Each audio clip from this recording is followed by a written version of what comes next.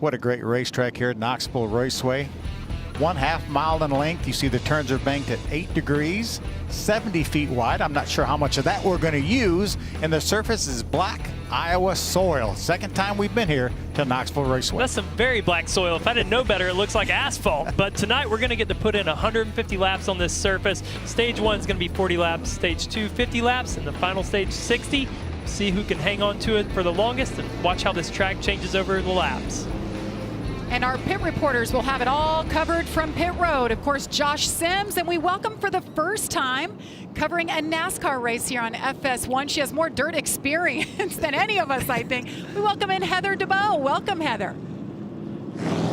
Well, thank you so much, Jamie. It's an honor to be here on the broadcast with you guys, and I cannot wait to see these NASCAR race trucks out here slinging some dirt at Knoxville Raceway. But one driver to keep your eye on here tonight is number 18 of Chandler Smith. When I spoke to him earlier today, he said that the focus going into this race is the regular season championship and staying mentally focused on the points. Now that's going to be difficult because he said this race is a haymaker, and if it was anything like last year, he's going to have to stay patient and pick his battles when he can. Now we already saw that he had some contact with the 42 of Carson Hocevar, so his temper has already been tested here at Knoxville Raceway. He's rolling off 10th tonight. We'll see if he can keep a clean race. Josh Sims?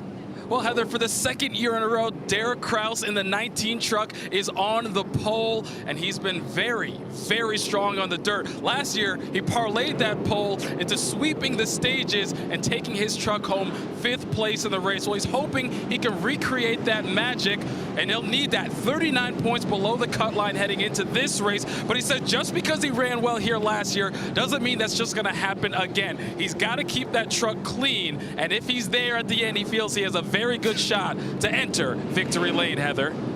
And another driver that doesn't have to worry about points tonight is one of our dirt specialists, and that's Buddy Kofoid. Now, ironically enough, the first time he's ever been here to Knoxville in any type of race vehicle is in this truck. He was supposed to run Knoxville Raceway last year in a couple sprint car races, but unfortunately broke his wrist. So he said he has been dying to get here to the sprint car capital of the world. When I asked him, what's your first impression of this facility? He said, it's even better than I imagined. It has lived up to its name so far. Now, even though he is able to rely on his dirt instincts to chase the racetrack tonight, he's actually leaning on his teammates of John Hunter Nemechek and Chandler Smith to help him apply those instincts to this race truck because it's very different. He rolls off 5th. Josh? Well, no real concern for Carson Hocevar about that surgically repaired right foot. His biggest concern is what happened in the second heat race. He won that race, which earned him a starting spot on the front row, but he had a number of damage to the front of that truck. They had to fix it. They were able to get that, and they know Carson has a very good shot to win this race. Very strong on the dirt here last year, and then almost won on the Bristol dirt. Now, as far as that injury, he said maybe there's a little discomfort, but no real pain for him. And the biggest thing, there is no backup driver for the 42 this week, and that's how Carson likes it. He said the toughest thing for him was to get out of that truck last week and watch someone else finish it for him, Jamie.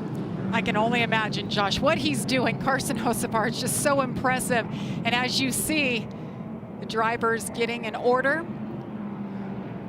See him 3 wide right now. They're going to come around to the outside and go 4 wide. This is a salute to all the dirt fans, the dirt racers across the country. I saw this for the first time myself on pit road last year, and it just took my breath away. This is such a beautiful sight. I've always loved this part of it when they do the 4 wide here. You know, I went and ran about 5 dirt races last year in a dirt late model, and when we lined up like this, my wife freaked out. She's like, surely they're not going to start like this. You know, it's so different when you go to a dirt track, the cool stuff that they do like this.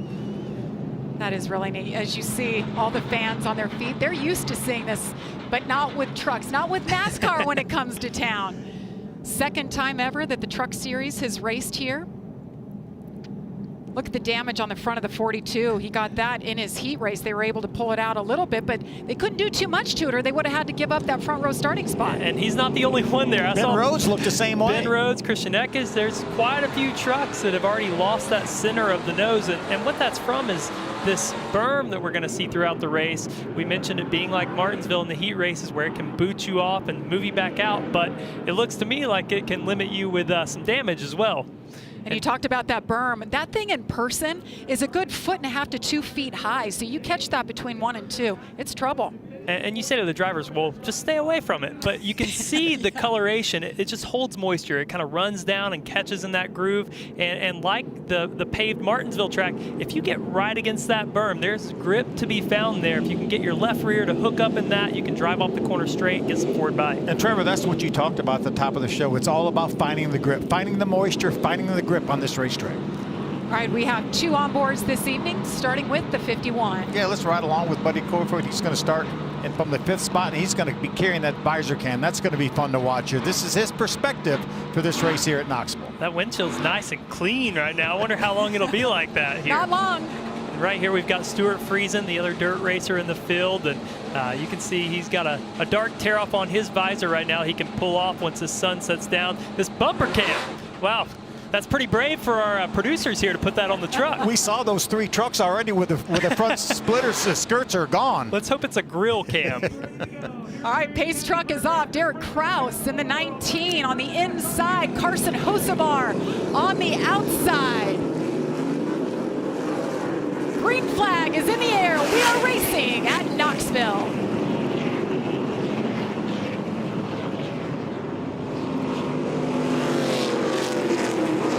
Saw in the heat race, either lane could get the advantage, but it looks like Carson Hocevar on the outside got the jump and got down after turn 2, taking off to the lead here.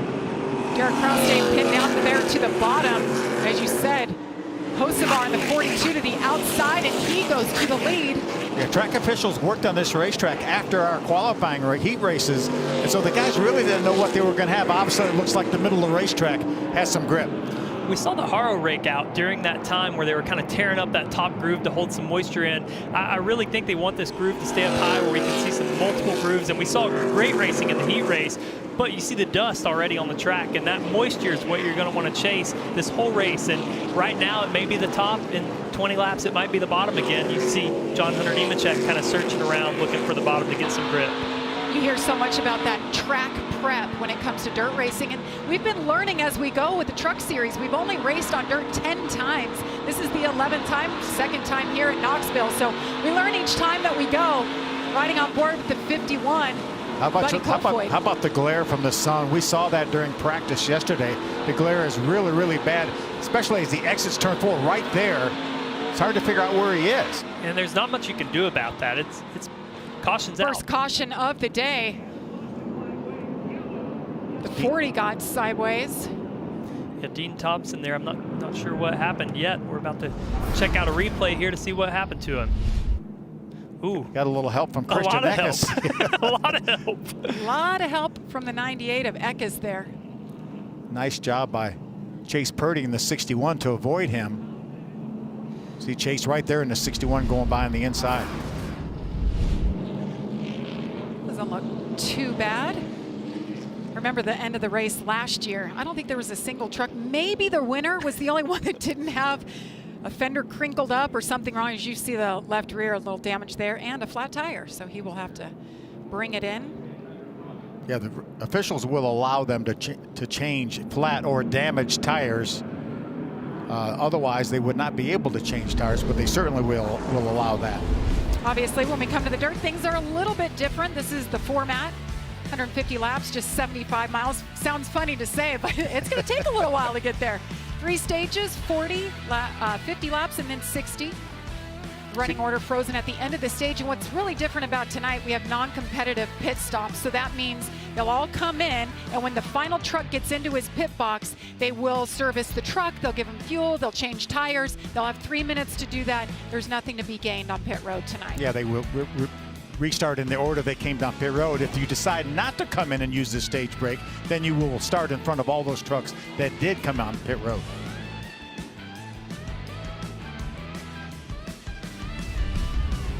So Carson Hocevar now our leader early on. Stuart Friesen in second. Stewart was already working the middle high groove, I'll call it for now. We're not moving up all the way to the wall yet, and we may not all night, but he was the highest truck that I saw in that restart or the initial start when Hocevar worked on the outside of Derek Kraus. I saw him even a lane higher, so it'll be interesting here to see what happens if Hocevar takes the top, which I assume he will, to see what Stewart can do with the bottom. And guys, no choose rule on dirt here. They'll restart. The leader will have his choice of inside or outside. Otherwise, you will just line up exactly where you were position-wise. And at this point, Phil, I don't know that I would know what to choose. They're all over the place. Dean Thompson come on in. Something else that looks a little bit different is the tires for dirt racing. It's not those slick tires you're used to seeing, but the bias ply. Yeah, block pattern to evacuate the dirt. Ooh, got a little stall there. See the rookie stripes in the back? Those yellow stripes. Oh, he's got more issues. Well, you know, we see it smoking there like it's overheating, but I don't see dirt on the grill yet, and that's something we may see as this race goes on. The track looks dry enough not to be a big issue, but there could be a time where when drivers move up to the top, they can get caked on the grill there, and you might see some engine steam later on in this race. I think it's a good sign, though, that he didn't have a lot of mud on the front, because obviously we ran a couple, 3 laps, whatever the case may be, and he was in the middle of traffic and didn't get a lot of mud on his grill. So for sure. You see it on a lot of trucks, though, but there's Hocevar, obviously. There's no grill left for him to get mud on. So if he had a grill, it might have mud on it. Look at the Swiffer action right there by Stuart Friesen. Cleaning the windshield. You don't see. But yeah, to your point, you don't see all the mud on the windshields like we saw in those heat races. So track is looking good right now as we get ready to go back to green. Hocevar obviously took the outside. He felt like that was where the most grip was. That's where he was able to get the lead on that initial start. And we're green once again. He got a nice jump off the top there. A lot of momentum on that restart, rolling early.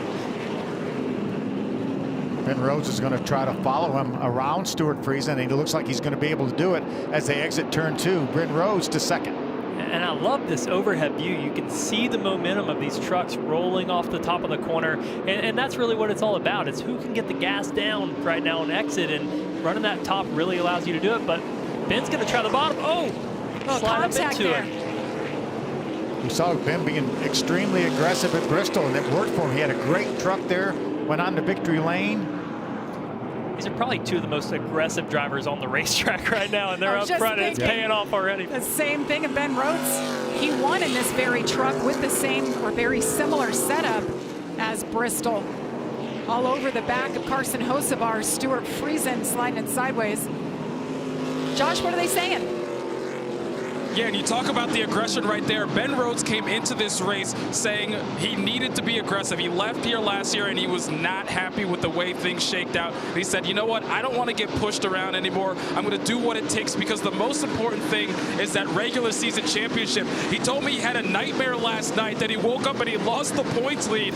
He woke up all flustered and was like, oh, thank God it was just a dream. But that was the mindset he came to the track with, that he needs to hold on to that lead no matter what he has to do out there tonight, guys. Drivers and their dreams. It's always like you wake up late and you miss practice. Let's take a look at this replay and what exactly happened with the 99 when he got into the 42. That's a slide job gone wrong, Jamie. He didn't clear him. He didn't even get close, but he said, I'm going to go for it. He barely got up beside him. Right. Well, when I look at trucks like this on the dirt, to me it looks like they're just floating. They're not stuck like you're used to, obviously, but you see them kind of moving and bouncing around. It's such a different look, and I love that because you have to take all that into consideration when you're trying to make these passes.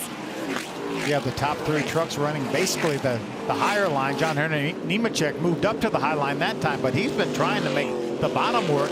He's been able to hold serve with them. Look at Stuart Friesen now. He's going to get a good run up off the corner. Talked about his truck being the best he's had. Oh, and they make a little contact. It's the best his truck's been in 3 years since they started their own team. You know, I know he was really unhappy with their dirt program, being a dirt racer, and I think they have brought a mentality of how can we take our dirt car program, our modified setups, and implement those into our truck team, because that should work. Well, these trucks were way different, and really those setups didn't correlate at all, and they've had to kind of go back to the drawing board, figure out how to get this truck to rotate and turn without being on the throttle, which you would do in your modified. You would get to the gas early as soon as you get into the corner and make it turn, but you can see these drivers have to put some will to it, although Stewart's truck is a lot freer than Ben Rhodes right now. He's able to rotate it and get it pointed down. Look Look at John Hunter Nemechek joining that party there. Carson Hocevar, Ben Rhodes, Stuart Friesen, your top 3. We'll be back with the Clean Harbors 150 after this.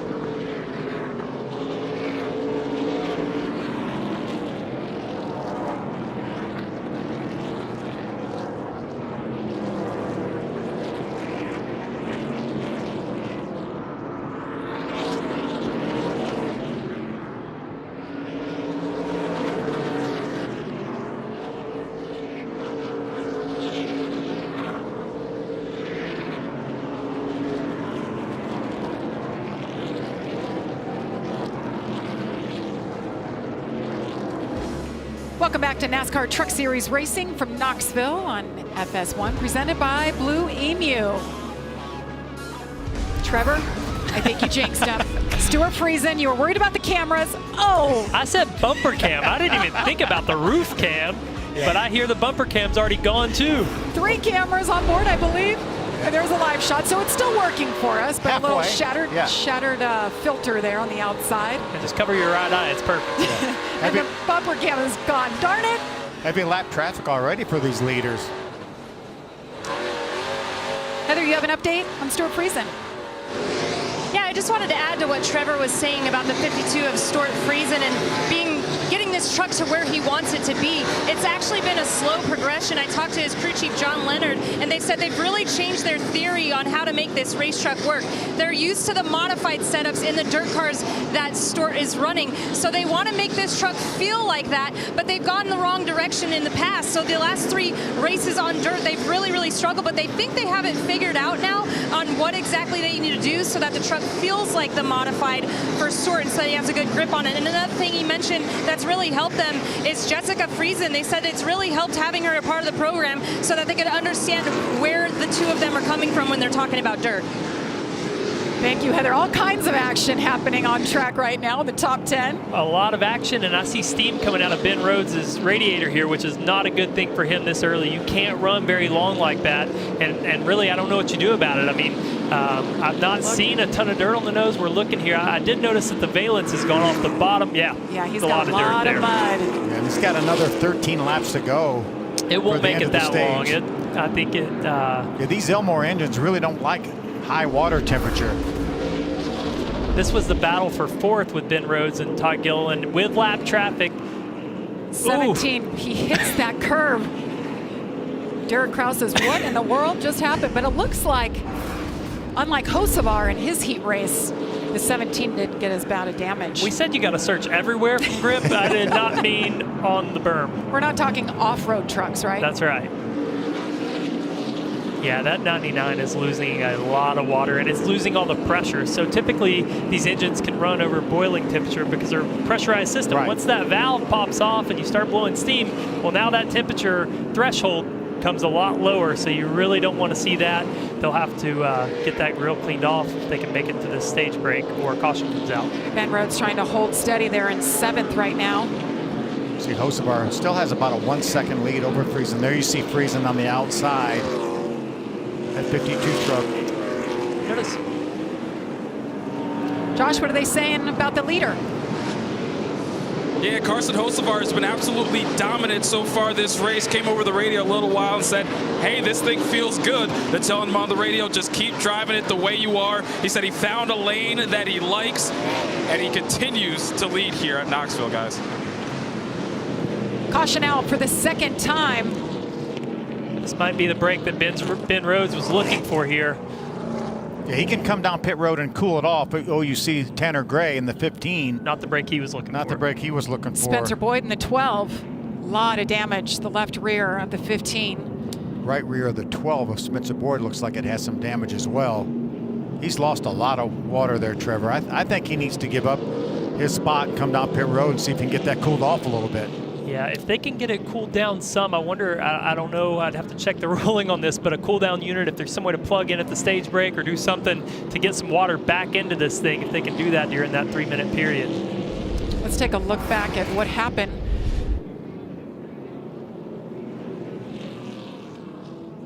Got Spencer Boyd. Oof. See him get together. Spencer on the outside of the 15. Oh. Stop side by We're hearing side. the 99 is on pit road, Jamie. And you see him right there bringing it in from 7th spot. He has all kinds of damage Yeah. on that nose. That nose looks a little crushed in as well. I don't know if it's so much damage to the ductwork or dirt or what they've got going on here. Mud caked up. We're going to find out. Now the guys going to work on the trucks tonight. These aren't obviously the normal pit crews. These are their mechanics, the engineers. They're all working on the trucks this weekend. Josh? Yeah, it's a group effort here to try and help out Ben Rhodes. You see it, water coming out of that thing. He also was concerned it might be leaking oil as well. There's a bunch of stuff caked up on the front of that truck. They just threw a piece of dirt back towards actually where I'm standing, but they're trying to pull out the front, get the dirt out. You see the hood is up as they continue to work on this thing, but some concern certainly for Ben Rhodes, who has a strong truck, but the overheating is definitely an issue right now. You can see these are the cool down hoses we were talking about. So they are getting water back into that system and trying to get it pressurized here so that it will recover. Definitely not ideal, but that caution might have saved his day here. Yeah, even if he loses a couple laps, it's better than just cooking that engine. And you know, Jamie, you talked about these aren't regular pit crew members. These are the guys that work on the trucks. But for this situation, they're way better prepared to do this kind of work than a pit crew member would be that usually just changes tires or jacks the car up. They had an exact plan. They knew what they wanted to do as they bring out some of that tape, try to help Ben Rhodes out. And you know, another point, to get him back out, we talked about the regular season points battle. He's right in the thick of it, so they want to gain and keep as many points as possible here tonight. This could have been part of that nightmare he had last night he told Josh about. Yeah, no kidding. Well, as they continue to work on the 99, get him back out, we're going to step aside. Carson Hocevar continues to lead with Stuart Friesen. Wow.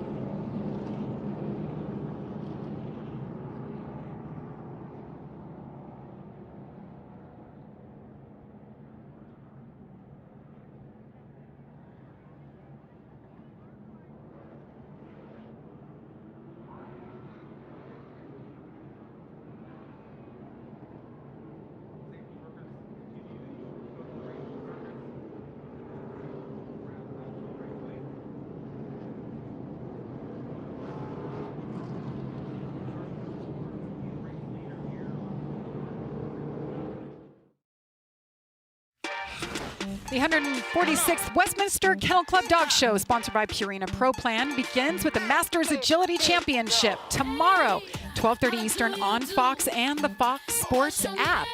Actually hopping on a plane first thing in the morning, and I will be there all week. We've got coverage on FS1 Tuesday and Wednesday night in prime time. Gather the family. It's so much fun. I know you love it. I know you love it. Just a little bit. I love it. It's so much fun.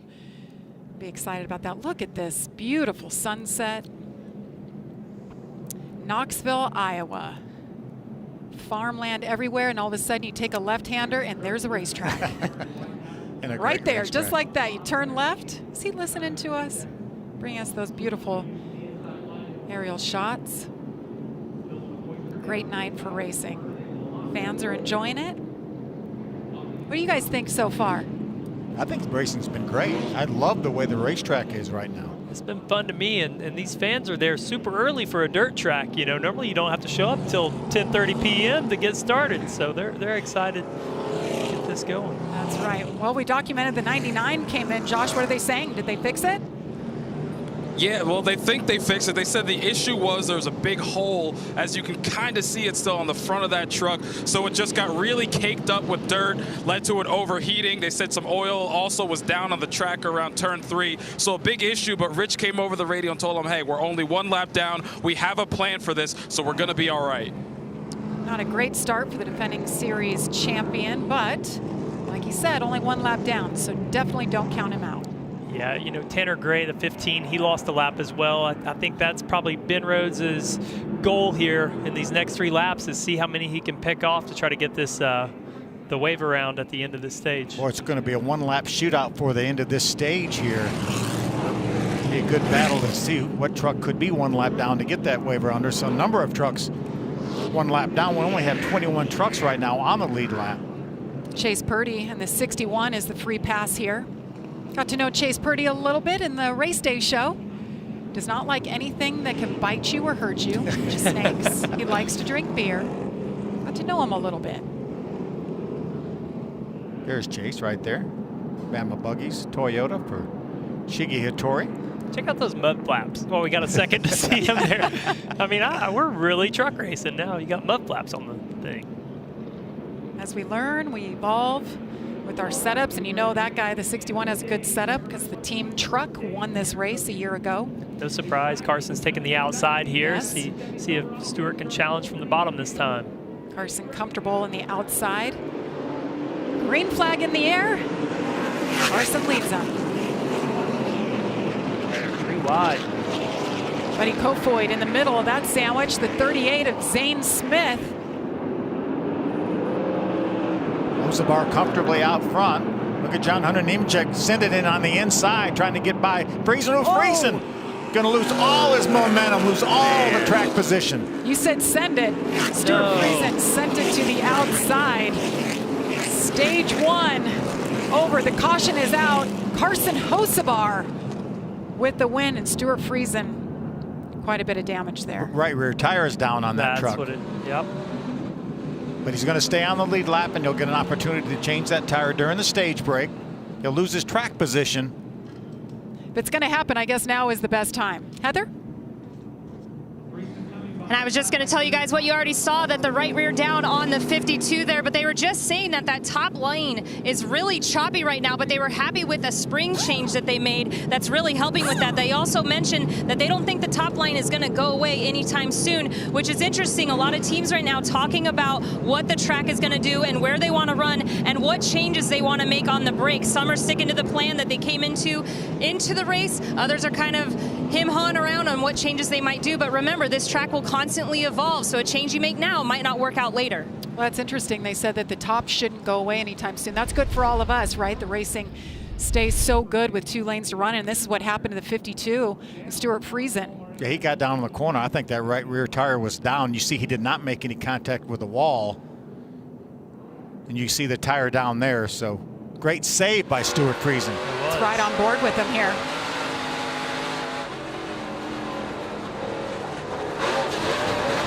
Oh yeah, as soon as he went back to the throttle to try to get it to rotate, it's like it just rolled right off the bead and went down. Kept it out of the wall though, so he'll be fine. Get some new tires on that Halmar Toyota. Carson Hocevar wins stage 1. They'll bring him in, make adjustments, get tires and some fuel after this.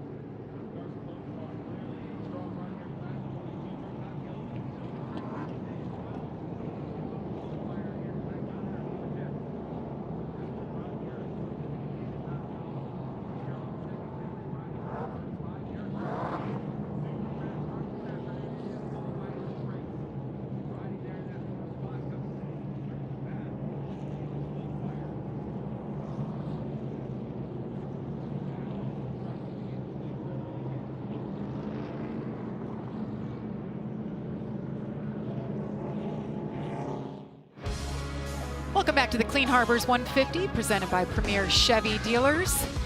Stage number 1 just wrapped up, and it was all about Carson Hocevar winning his 2nd stage of the season.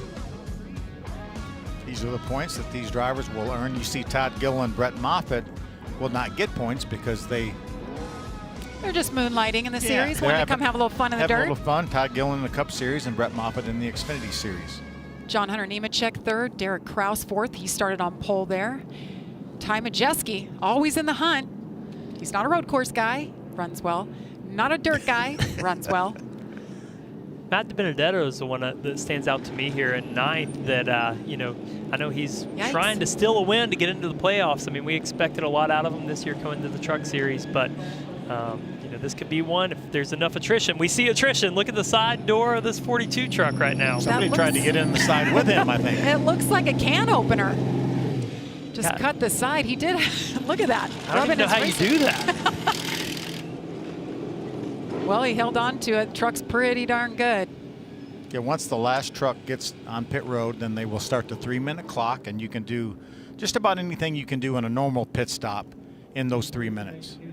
It's so strange to be down there when this happens because it's so opposite of any other pit stop where it's fast and furious and loud and everybody's throwing things around and lug nuts are flying.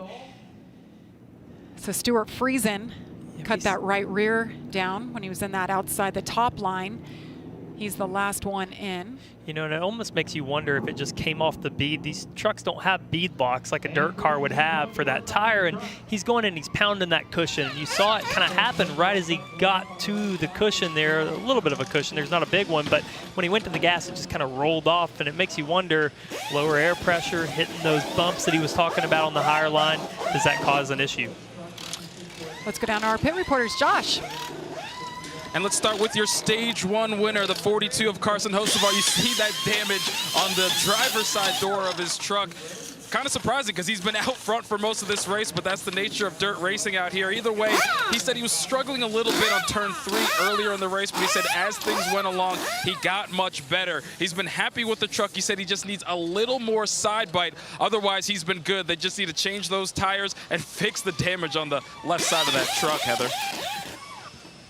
And for Todd Gilliland, he's saying right now that his truck is just too tight to run the top of the racetrack. And when I spoke to him earlier today, he said, you know, I love racing dirt, but I don't really know what to do when it comes to what line to run. So I'm kind of going to watch what others are doing and also rely on my spotter and my dad to tell me where to go. He said, guys, just tell me where to go and I will do it. He just also asked the team right here, he couldn't find his Swiffer. As you can see, he got it in his hand. Somebody had to actually climb in the truck and get it for him there. But they did make a slight chassis adjustment on that 17, so we'll see if it helps him out. Josh?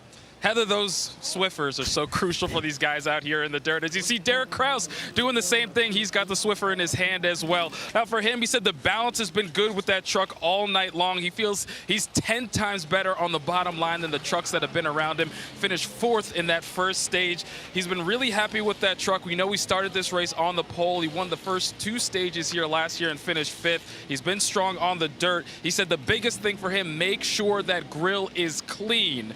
Make sure that grill is clean. He kept repeating that to his team, and as you see, they're going to work on that right now, Heather.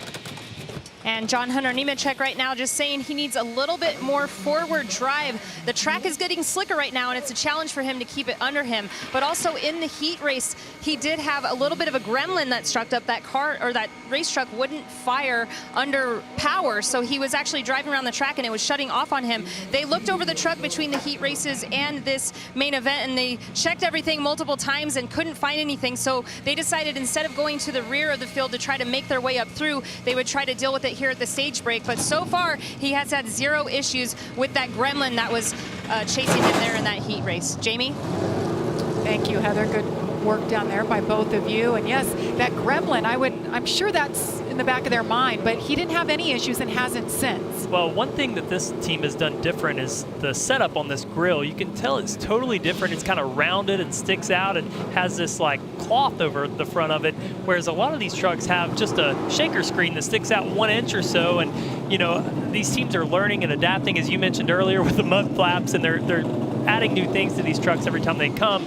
But to me, the Ford and the 51, their grills kind of look the best of anyone that we've seen, and you already can tell it's knocking people out. Derek Kraus, you heard him, told his team, make sure it is clean. They got a lot of dirt out of there. Looks pretty good right now as drivers make their way back out onto the track. It was the 4-wide salute before kicking off the race here in Knoxville, Iowa. We'll drop the green flag after this.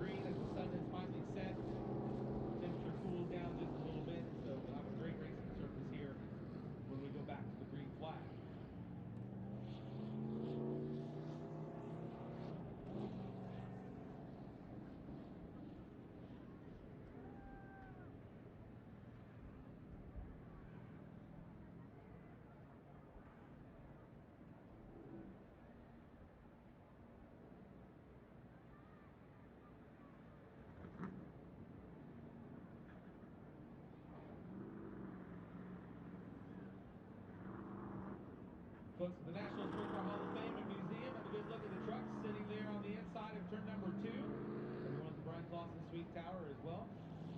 We'll see those trucks ready to go back to green. New tires, fueled up, some minor adjustments. They will be ready to go.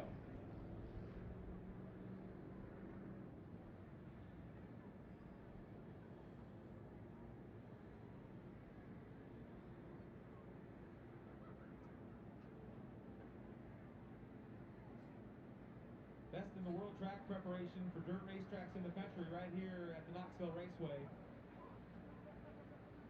You'll see the work here concluding here on the racing surface.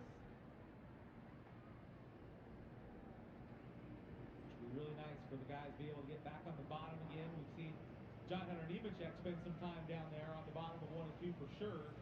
Everybody else kind of started to migrate toward the top of the racetrack, but we'll likely start to see a few more guys find the bottom here on the restart.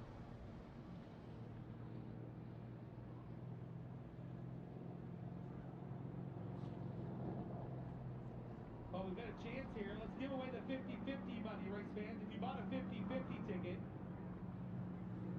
you're going to win $4,528 from the Knoxville Racing Charitable Organization. If you have the winning 50-50 ticket, go to the 50-50 booth, buy the main gate, and claim your prize. 243-490. 243-490. The USFL playoffs are just 1 week away, and tomorrow Kyle Sloter and the New Orleans Breakers close out the regular season play in a primetime showdown with the Houston Gamblers at 8:30 Eastern on FS1. I feel like the USFL had just kicked off, and here we are in the playoffs already. Exactly. Kind of like the truck series. Yeah. We're almost No there. kidding. I thought the same thing. Just 3 races to go after tonight in the regular season. All right, let's go back to what we talked about. You're worried, Trevor, about the cameras. There it is, the roof cam shattering there. He was worried about the bumper cam. The bumper cam. Any cam. How about our pit crew? Check out our tech guys. Hey, that's a bit of a 3-minute pit stop. This is something, yes, Four I've never seen. tires, fuel, and a new roof camera. Look at that. Good as new. Thank you to our crew. Thank you to Stuart for wearing that, bringing us shots straight from the driver's seat. Well, and you might notice the truck in front of him looks very similar to He's got his a nice truck. shot of his wife right there. That's right. Stewart finds himself 1 lap down. I'm sorry, he's still on the lead lap. So- Ben Rhodes is still 1 lap down. Yes. And the difference between Stuart Friesen's 52 and the 62 of Jessica Friesen, there's absolutely nothing. Rookie stripe. With the truck, except for the rookie stripe. The yellow stripe right there says that she is a rookie. So they'll get everybody back out on the track and get them lined up in order. Jessica was doing a nice job, too. I think she finished that first stage in the 18th position. Really holding her own. Well, as we wait to fire them up again, let's get an update from Heather. Well, I've been keeping my eye on the movers and shakers here, and the biggest mover of the race is the 22 of Brett Moffitt, and he's an Iowa native. First truck race this season. He's currently in the 8th position, but I talked to him earlier today and asked him if he's ever raced here, and interestingly enough, he has. At 14 years old, he won a dirt modified race here. That was back in 2007, and he holds the record for the youngest ever winner. You want to know why? Because he was supposed to be 16 years old. He did not know that rule. His family didn't know. The series didn't know that he was supposed to be 16, so they didn't find out till he was in victory lane here at Knoxville Raceway. But he said he got to visit some of his friends and family here this week, and it's been good to be back home. And his plan is tonight is to go to victory lane and then celebrate across the street at Dingus, just like everybody else does when they come here to Knoxville Raceway. Josh? Yeah, and another driver out here whose plan is to go to victory lane, and his first time ever in the truck is Tyler Carpenter. Actually got into this race by winning the Gateway Dirt Nationals back in December, earning a once-in-a-lifetime opportunity, but he said this is the goal, to be in the NASCAR Top Series, and the Truck Series is a good jumping-off point to get there. Now, for him, he's having a little issue right now staying on the bottom. He says, I can't run that bottom line unless I go slow. Obviously, you don't want to be going slow out here, but it's a learning process for Tyler. He said this is the first time in the truck, so he's learning the truck in addition to trying to learn this racetrack, and he said another difference is for him, he doesn't usually have a spotter or someone in his ear, so it's all a learning process for Carpenter, who's running 19th in that first stage, guys. Such a great story on Tyler Carpenter, who's 19th right now, but talk about a big stage. This is a lot different, a lot more eyeballs on him than he's used to. And he also may not be used to having a rearview mirror in his dirt right. car, too. So.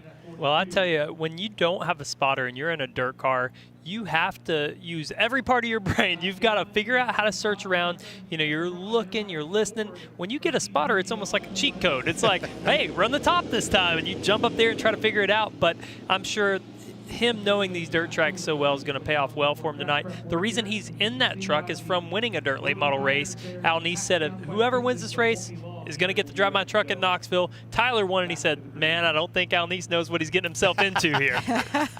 I just want to hear him interviewed. I hear he does quite the interview. He has a personality, you could say. Oh, and you talked about the race he won? Here's a picture in victory lane. Oh, that's so Nice. cool. Well done, Alnice. We need to see more of these types of things, you know, to get these local dirt track racers on a national platform to see what they can really do. Well, track prep continues, so the action can continue to heat up as it's done. Stage number 2 is next.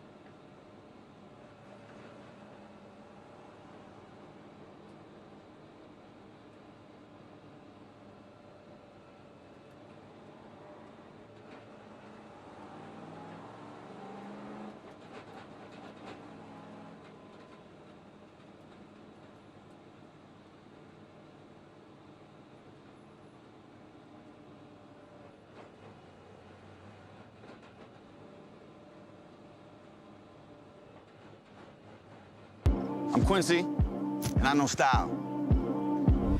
As an entertainer, I see what makes the style world go round. Lately, I've noticed NASCAR in that world. How did NASCAR style go from a niche market to retro renaissance to the pop culture mainstay it is today? Join me on a journey as I explore NASCAR's rise in the style game. To find out how NASCAR went from vintage to Vogue. That's pretty cool. I think it's very cool. I mean, how many people in the mainstream world do you see wearing NASCAR jackets and shirts? You're like, do you know anything about NASCAR? and I've literally worn them my whole life. Well, you were the vintage part of that. Exactly. Vintage to Vogue there. Exactly. Trevor's Trevor's the the Vogue Vogue, yeah, exactly. No, not me. I think I even saw Denny Hamlin in there I with did that too, yeah. jacket Yeah. he rocked when it was like Jump there. 60 degrees. He had that big puffy jacket on at the Coliseum. You look good, though. Denny's got style. So we're trying to get everybody lined up. Track prep is complete. They took a little bit more time than we saw last year, and I'm impressed by that. Yeah, and Trevor, would you say a new racetrack here for the start of this second stage? I'd say it's a lot more similar to how it started. It's not going to be that, transition through the whole race where it just gets dustier and dustier. And what they're trying to do is keep the top active. What you don't want to do is blow off the whole top, make everybody run the bottom, and then it's just a train race. It's chaos then. And you got to move people out of the way, and you're, no grip. We heard drivers talking about Carson Hocevar, the leader under that caution, said, I just need side bite. Well, you're on dirt, so you probably got about as much as you're going to get, but that will help with the track prep. They're trying to keep moisture in it, and that'll help lap time stay pretty fast here as well. Well, Heather talked about Brett Moffitt. He's up 15 positions. How about that story? He's actually the youngest winner at this racetrack, but they didn't realize he wasn't legal until he was in victory lane. Sure, likely story, right? Yeah, Brett and them, they didn't know that he had to be 16 Neither did the at fake all. birth certificate, you know, probably along with, I'm just kidding. Yeah, it's good to see him in the field. Yeah, Brett had a little dirt racing this week. He raced at Millbridge along with Tanner Gray and John Hunter Nemechek were the 3 drivers in the field tonight that raced this week at Millbridge, just outside of Charlotte, North Carolina. You know, it's crazy to me and fun. You go to a local dirt track or even, you know, a national touring series of dirt late models, and you talk to drivers, and a lot of them want to have the opportunity to drive these trucks like Tyler Carpenter. But you go and talk to NASCAR drivers, and they all love racing on dirt, you know, and it's just one of those things where they're both so unique and so different. And, you know, I talked to Mike Marlar earlier this week, who's also driven some truck races. He's run some cup race. He ran a cup race on dirt at Bristol. And we were just talking about the difference and what this drive's like versus his dirt late model, where he's super successful. And he said, you know, I'd love to get on a 1.5 miles sometime on a pavement track and just see what it's like. And I think that's kind of, it's cool how it correlates back and forth, just like Brett Moffitt going to Millbridge in the middle of the week to run a dirt midget. I'll tell you who else was there. Kyle Busch with a brand new car. He has his own micro now to run at Millbridge. He wants to run with his son. Yeah, he's tired of watching Braxton run on dirt. He said, That's what he like said. fun. I'm going to go build one too. Hey, going back to Brett Moffitt in the 22, he's filling in for Austin Wayne Self, whose wife Jennifer. They just had their baby, so he's kind of taking paternity for 2 weeks, which is very commendable. Yeah, absolutely. Happy Father's Day to him, to both of you gentlemen, and all of you fathers at home. So making the most of it here with Brett Moffitt. About to get this thing back rolling. Carson's going to take the outside again, just as he has. He's comfortable out there. Todd Gilliland, this ought to be good. There's a brand new camera on a roof of Stuart Friesen's 52 truck. Look at that sunset, you guys. Pink and purple sky. Much easier to see for the drivers now as well, now that that sun's behind the horizon. Helps that glare. All right. Carson Hocevar on the outside. Stage 2. Nice jump for the 42. Yeah, Derek Kraus starting to fight his way back up here. It's kind of starting to look like last year. You've got Todd Gilliland, Hocevar, Derek Kraus, and John Hunter Nemechek. That's about what we saw for half the race. And now Grant Enfinger working his way in. Yeah, so Grant Enfinger's never finished out of the top 10 on dirt. 6 times on dirt, all top 10 finishes.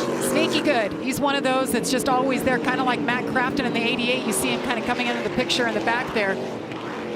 We talk about Todd Gilliland. You said it's just like last year. He led 61 laps here and finished 4th a year ago. I think he had a little bit of fun and said, hey, Dad, you guys need somebody to drive that truck. So he's driving for his dad, actually, for the first time ever here. Look at Majeski trying to make the very bottom of the racetrack work, and it looks like it is working for him. He was able to get by the 38 of Zane Smith. Now he's going after Nemechek. And they did put a load of water on the bottom. They didn't really touch the middle there during that stage break, but they put 1 round of water on the very bottom, so he's hunting that moisture like you're talking about, and it still looks pretty even to me. I mean, I just don't see a dominant lane yet. You don't want to be in the middle. That's no man's land, but that very top and the bottom still look good.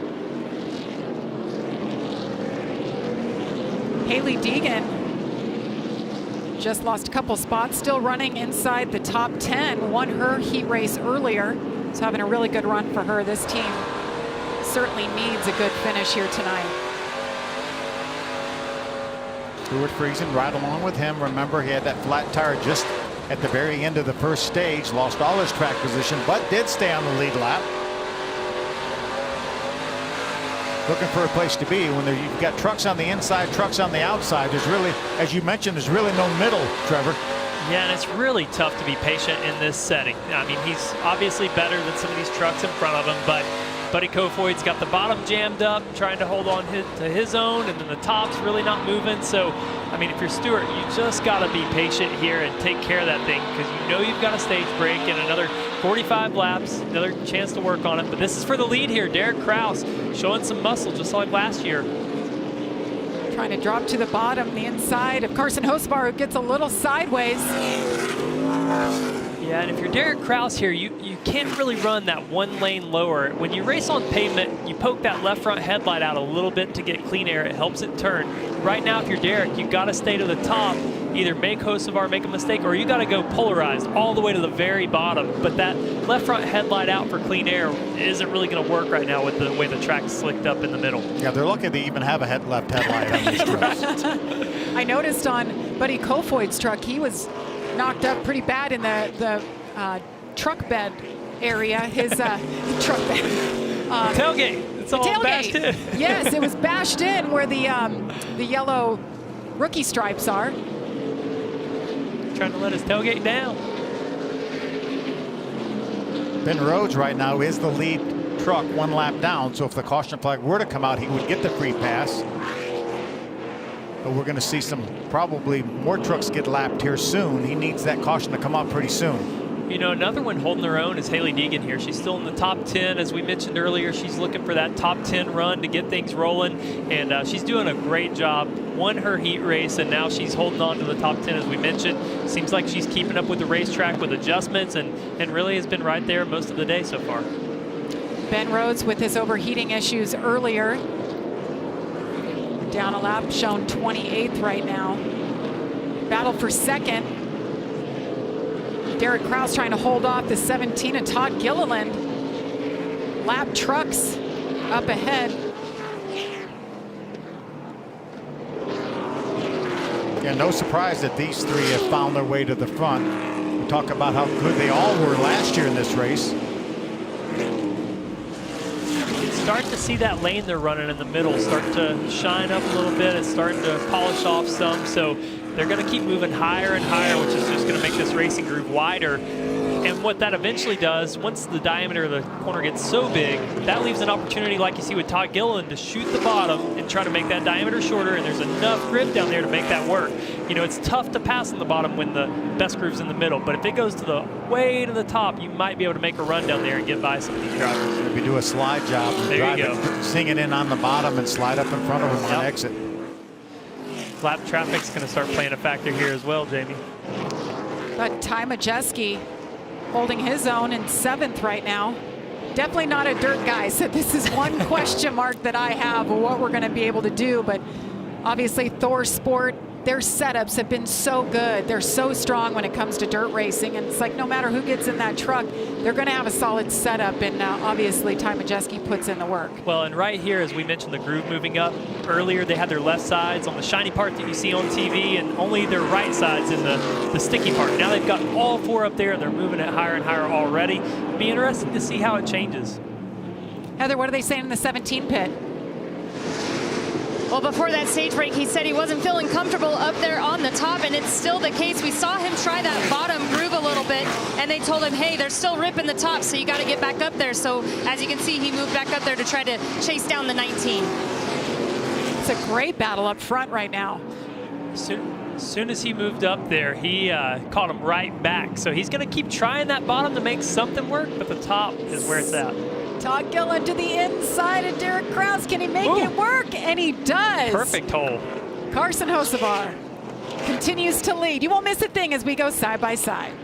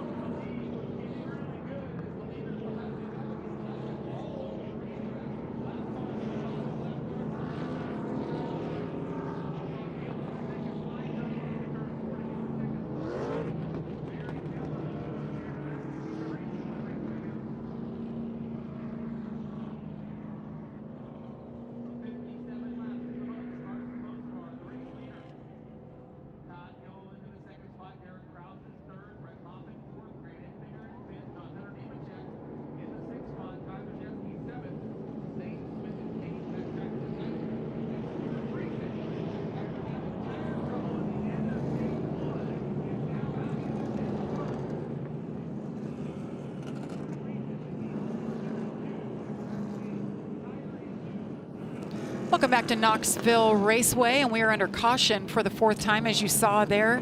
Jessica Friesen in the 62 has herself up on that curb with quite a bit of damage in the front. Looks like, what is that, a bumper bar there sticking out to the left side of the truck? That's what it looks like. I'm not sure it's her bumper bar, but it's a bumper bar. Unfortunate for Jessica Friesen. Let's check in with Heather. Yeah, Jamie, right now they're asking her to see if she can try to fire it up, but she's getting upset because they're trying to hook up the tow truck to it, and she doesn't want to do that. They actually told her, don't take your window net down, otherwise that means you're done. But as you can see, the window net's down there, so she was trying to tell them, hey, put it back up, put it back up. I don't want to be done. They did say, the team, though, however, were trying to assess the damage here, and they said it looked like a radiator mount was broken, but they weren't seeing any fluid leaking from below it. So they said, if we can fix it, we will. But as you can see right here, they are hooking up the tow truck to it, and they're not happy about that right now. Hey, Heather, at the top of the show when I introduced you, I said how much dirt experience you have covering dirt, probably more than any of us combined. You work for Dirt Vision, travel around the country. What do you think of the trucks on the dirt? It's a lot of fun to watch, that's for sure. It's a little bit different than the dirt racing I've been covering this week. I've been covering Summer Nationals, as you mentioned, for Dirt Vision, which is late models and modifieds. We were at Kankakee Speedway, Peoria Speedway. I came from Davenport Speedway straight here to Knoxville, so I've definitely been getting dirty, if you will, this week. But it's a lot of fun. It's different with the trucks, but I really enjoy these drivers trying to figure it out and try to make what works on the dirt in the dirt cars work in these trucks, because it's definitely a challenge for them. But watching them chase the track is also interesting as well. I don't know how you've even kept it straight all the places you've been this week, but we're certainly happy that you're with us tonight. And want to mention Dirt Vision is home to the Knoxville Nationals, and that's coming up at Knoxville Raceway in August. What a long, rich history the Knoxville Nationals have here. I think 60 years or something of the Knoxville Nationals. The National Sprint Car Hall of Fame and Museum. Tony Stewart was just inducted a couple of weeks ago. Congratulations to him, by the way. And then he made his way out to Sonoma, was in the booth for our Cup Series action last weekend.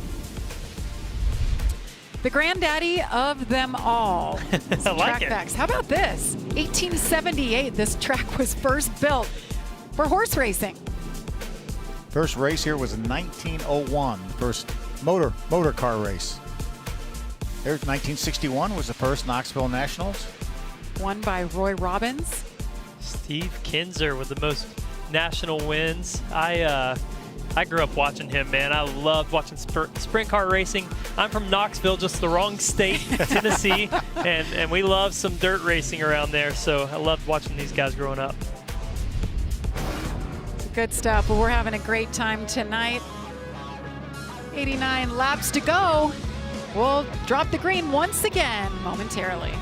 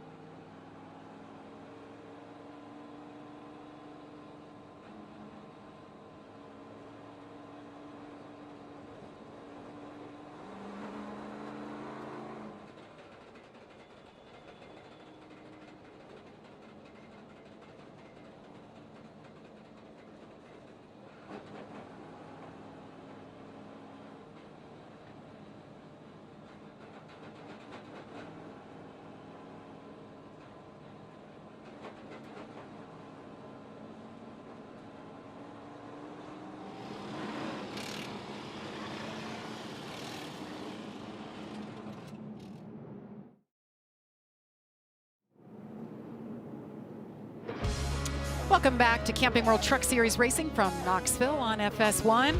The sun has set. It has gone from a day race to a night race. It's been fun so far. As you see, the 1 to go. Stage number 2, we're 24 laps into 50 laps here.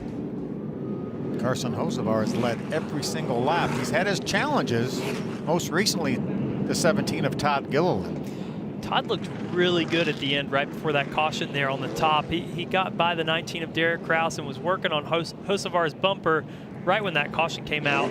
So it'll be interesting to see if he can fire it off in here and pull off a slide job on the start, or just be patient and work on the top.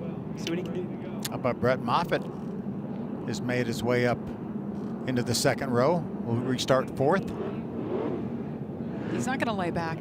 No, no. He's here for one reason. Yep, chasing trophies. Yeah, not chasing any points. What Carson Hocevar is doing is just, it's amazing. I mean, broken right ankle, not even 2 weeks out from surgery. Here he is leading this race. I mean, just to be behind the wheel is impressive enough. Here we go, green flag is back out for Carson Hocevar, who leads him. He got the jump on the 17, but that's the best I've seen someone hang on the bottom here with Todd Gilliland trying to nose ahead. I think Hocevar will get a good run, but Todd, man, Todd can do a slide. He can do a slide job right here and move up in front of Hocevar and take his lane away.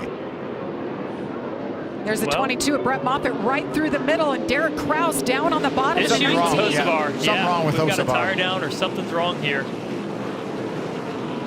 Oh, man. We jinx him. We were just talking about how incredible he has been, and caution is out for the 5th time. Looking at Carson Hocevar's mother right there. Well, she's got to be thinking the same thing as Carson. When is the break going to come? I mean, Carson's leading races, stuff happens, and Josh, what are they saying in the 42 camp? Carson really disappointed, just came over the radio, said it blew up, guys. It blew up. So tough break for the 42. You see the pain on his mom's face watching that happen. Carson's been gritting through a lot lately, but he's frustrated right now. Unfortunate turn of events for Carson Hocevar. You got to feel the pit in your stomach for Carson here. I think back to even Charlotte a few weeks ago where he's leading the race. Caution comes out late and ends up getting involved in an incident. And now this one, we keep saying every week, Carson's going to get his win if he just keeps running up front. But he's running up front every week. Bristol Dirt was one of the best runs we've seen him have. Came up 1 spot short, backed it up the next race at Darlington with a 2nd. He's just endured a lot, and we're all waiting to see when is that first win going to happen, and is it going to happen when he has crutches when he gets out of the truck? But unfortunately, he's going to have to wait another week to see if he can get to victory lane. I've been really impressed with Carson. You know, he's a late model pavement driver, but he's been adapting to all these. We talked about adapting at the very beginning of the show. At Sonoma, he was on the pole on a broken ankle. He qualified first and crashed right after that, you know, and then ran the first 10 laps, and Suarez jumped in. Then we come to a dirt track. He's fastest in practice, gets to start up front, leads every lap. You know, he's just become versatile at a very young age. I mean, he's still super young to be doing what he's doing. Yeah, he just turned 18 at the beginning of last year. That's why so many of the places we raced at last year he'd never been to before, because he wasn't old enough. And this is that incident we saw with Ryan Preece at Charlotte. He was battling for the lead, slides up, they get together, and that ends his night. But before this, he had been checked out leading the race. We thought for sure this was going to be the night he got the win. Caution comes out, as I said. Then the air gets him loose, runs up into Preece, and he's done. Insult to injury, the veteran driver was not too happy with him, and Ryan Preece, and he learned a couple things from that, as he said, moving on. And as you see him pushing him back, I know is going to be a little bit different. The AMR safety crew was there, but they didn't have his crutches, so they're pushing him back to his pit box. But Tyler Carpenter coming into the pits. Josh? Yeah, an issue with the 41 as well. Either a transmission or a drive shaft went down for him there. So a tough break for the Nice Motorsports trucks is you have 2 issues to 2 of their trucks on that last restart. No doubt. I know we were looking forward to seeing what Tyler Carpenter could do in his debut in the Truck Series. Great opportunity for him. Hats off to Al Nice for making it happen. Costly lap there for this team.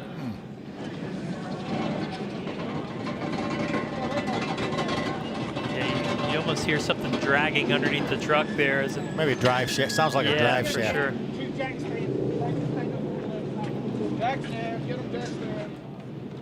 The frustration right there. Biggest race with the most eyeballs for this driver. Yeah. He's having a good night, right? Yeah, I just mean, brokenhearted. Just brokenhearted. Feel for him. when you hear these drivers say they've waited their whole life to have this opportunity.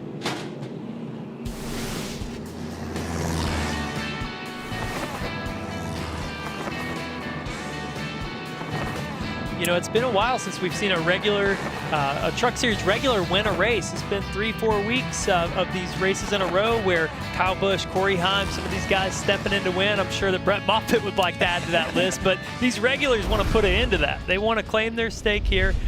Hocevar was doing a great job, but now you've got another guy, Todd Gilliland in the lead, another person coming over from the Cup Series. So we need to see if Derek Kraus, M. Finger, John Hunter, if they can step up to the plate here and take care of business.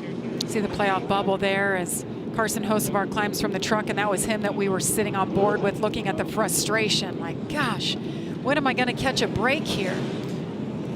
These nights are harder than the nights where you just run 10th, right, Phil? If you just run 10th all day, it's like, man, we weren't in the game. Like, it's frustrating. We got to figure it out. But when you're leading and something breaks, yeah, they don't blow up when you're running bad. you can't ask them to blow up. You're begging for it. They can't put you out of your misery. They just won't do it. Carson Hocevar led 65 laps tonight. We saw that playoff bubble, saw right below the playoff bubble, Derek Kraus in a great position here. He's had a good truck all night. Same thing as last year here, but he's surrounded by some really, really talented drivers. Got Todd Gilliland up there on the outside. Todd's actually leading this race. You see there's Derek Kraus, and then he's got Brett Moffitt and John Hunter Nemechek in row 2. Zane Smith creeping into the picture here as well. We've talked about the season he's had, 3 wins already, but now he's been as far back as 10th or so, and he's working his way into the top 5. Green flag for Todd Gilliland.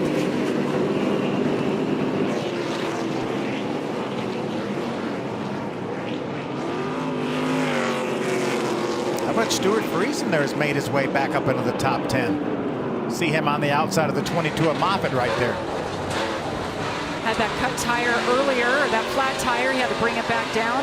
Had a broken camera, but now it's back. Everybody's good. They pitted. Our pit crew went to work, giving us great shots on board. Moffitt about gave him another cut tire there. They were beating and banging. You mentioned Zane Smith up to 3rd. We haven't talked about him tonight. He is that guy, I feel like, week in and week out. If he's not already starting in the top 5, he patiently waits and pushes and gets him there. He's kind of like the closer lately. I feel like the last stage of the race. Here's Zane Smith. And right now it's been a huge advantage to restart on the outside because the outside line goes. Inside line struggles a little bit. Well, let's hear from Carson Hocevar. Here's Josh. Yeah, another disappointing outing for the 42 of Carson Hocevar. What happened out there, and how do you come to terms with this? Things just seem to keep happening, unfortunately. She done blew up. That's it. Like,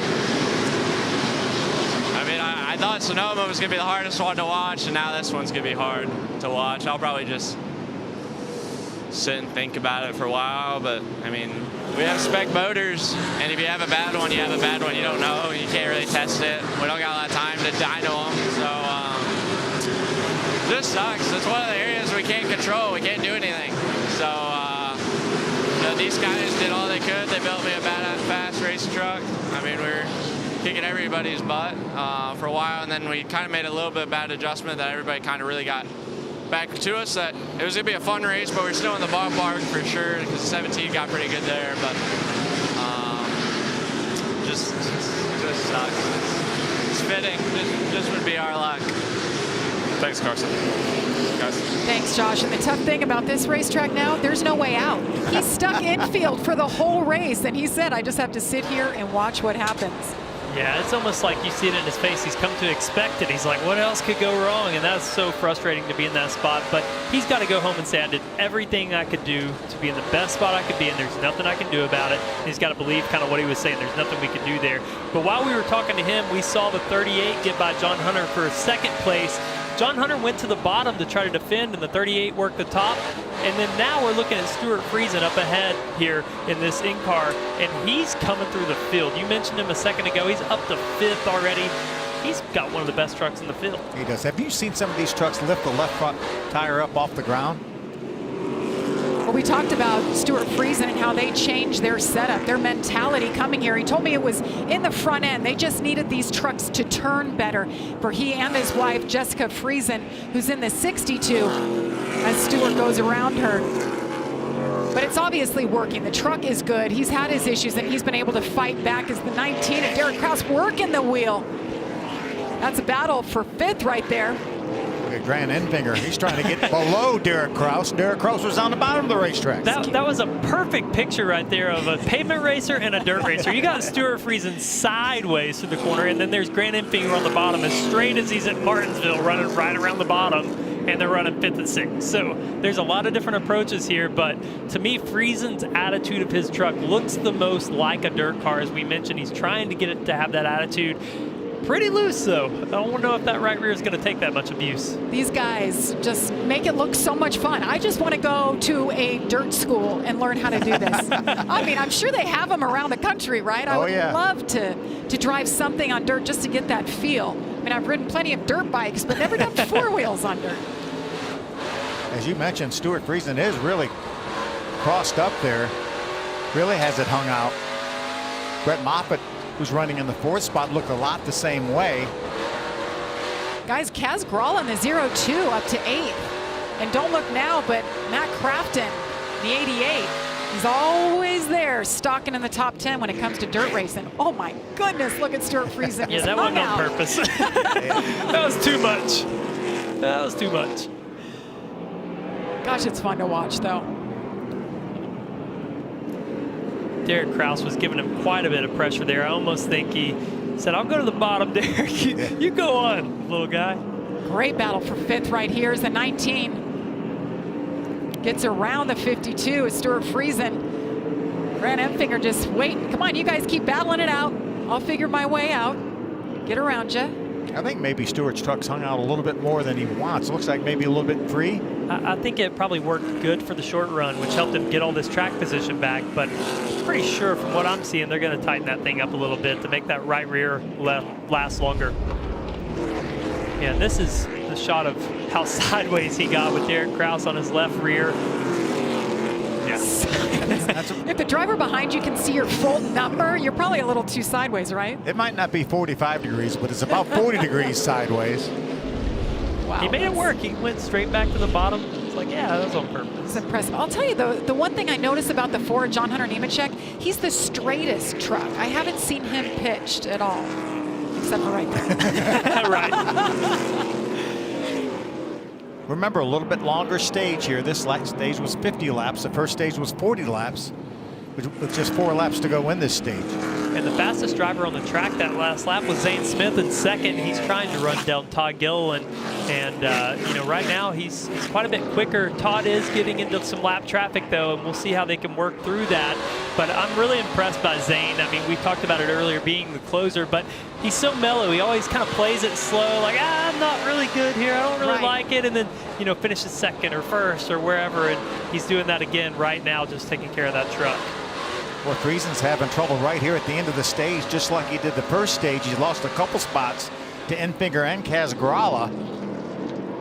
A lot of traffic for our leader, Todd Gilliland, with 2 laps to go in this stage. Trying to get around Wallace Allen in the 45, just getting him held up, and there he goes.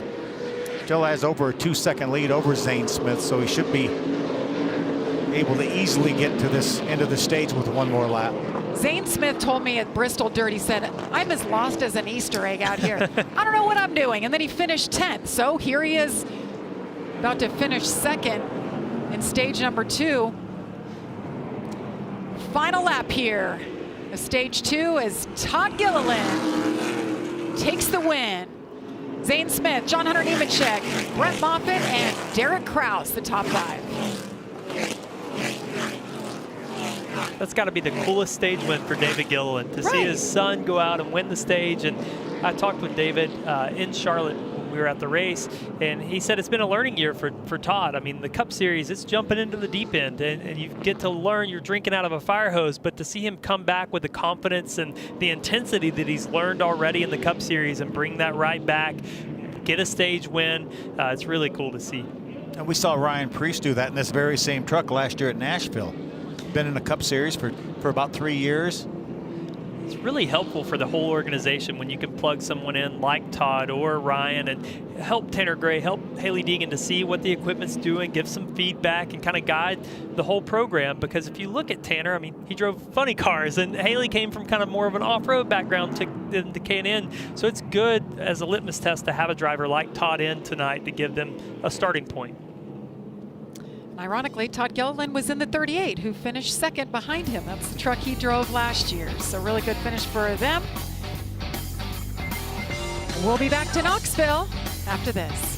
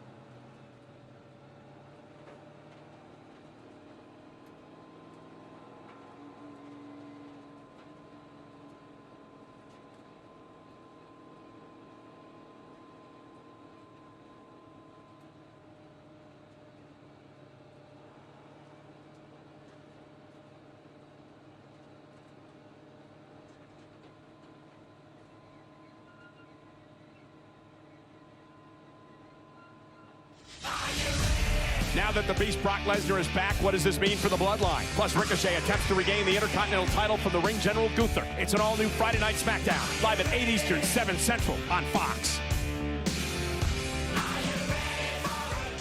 And we welcome you back to the Clean Harbors 150. I think the fans, the kids, they're enjoying what they're seeing so far.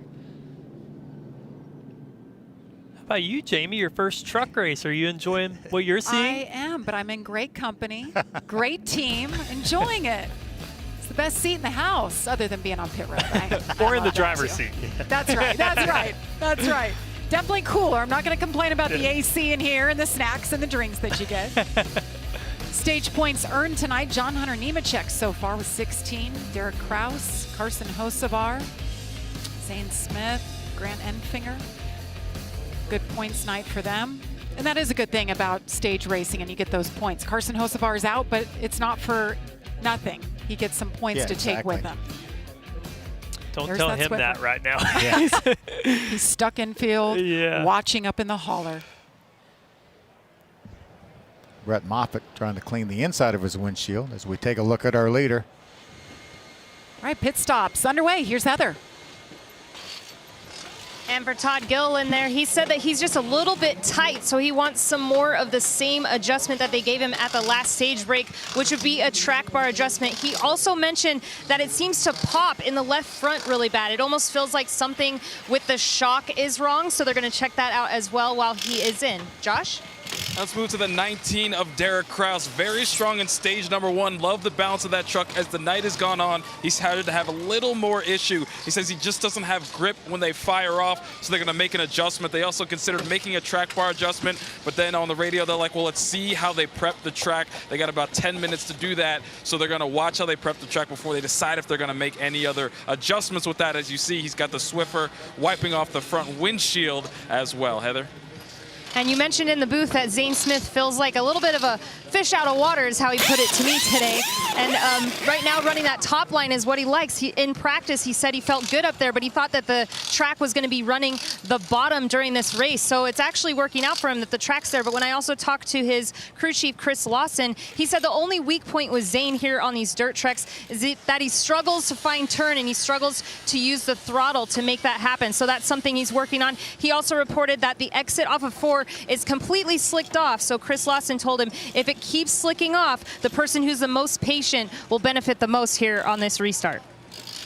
And moving to the 88 of Matt Crafton, the common theme for him throughout this race has been he's just been too tight. They're going to make some adjustments to try and free him up and help him out. But there was also some debate on the radio whether or not to come in and pit here. So they left the decision up to what the rest of the people did in the field. As you guys mentioned up top, only 3 people stayed out. So Matt Crafton watched what everyone else did, saw them coming in pit, decided let's come in and pit as well.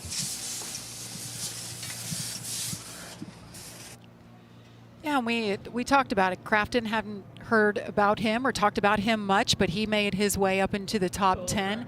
9th shown on the board right now, but just too tight, so they wanted a little adjustment.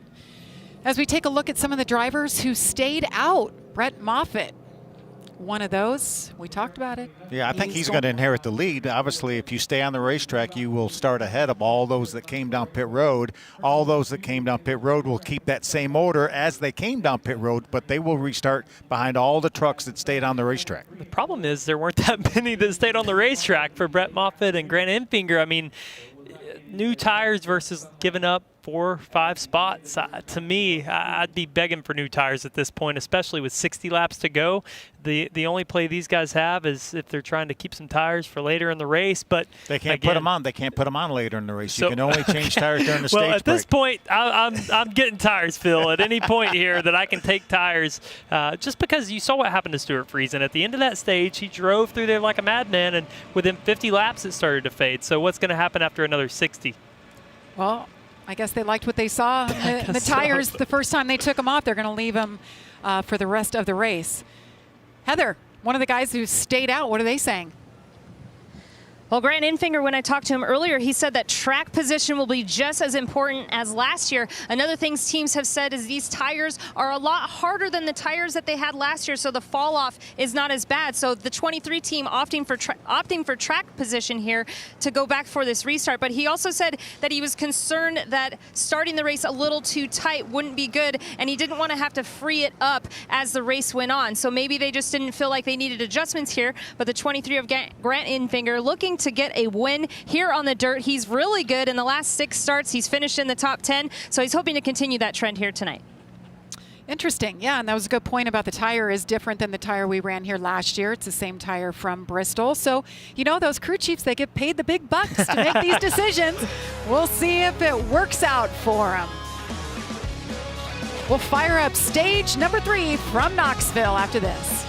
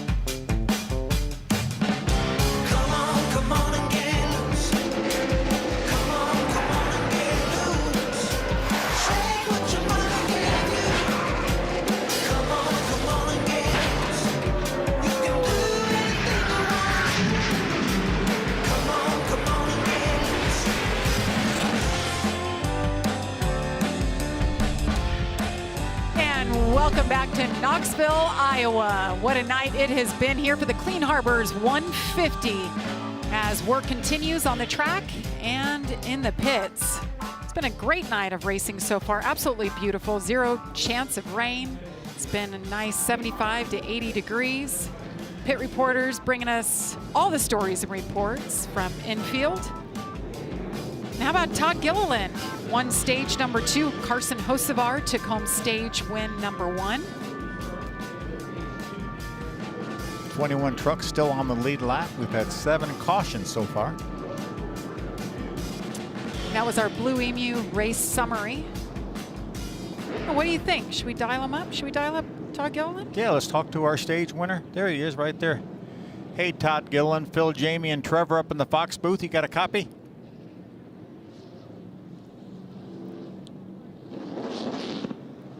Let's try him one more time here.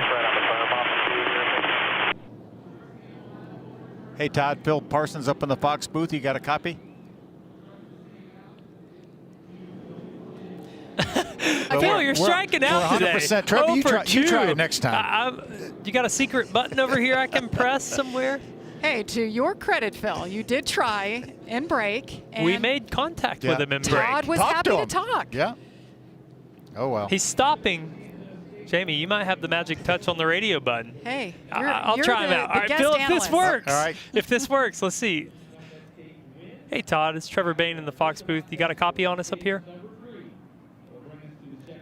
Nope, wasn't you, Phil. Worth the try, worth the shot. So we have to note that they are continuing track prep. Todd, you got a copy on me, bud? Yep, yeah, I got you. His team. Here, Phil Parsons. His team's trying to make sure that he hears you. We'll ask the spotter to ask him a question. So the truck stopped while that track prep continues. Let's check in again with Heather. And Jamie, we're going to talk a little track prep for you because as you can see here at Knoxville Raceway, the dirt's going to change all the time. So we've been using a lot of different words. So tacky.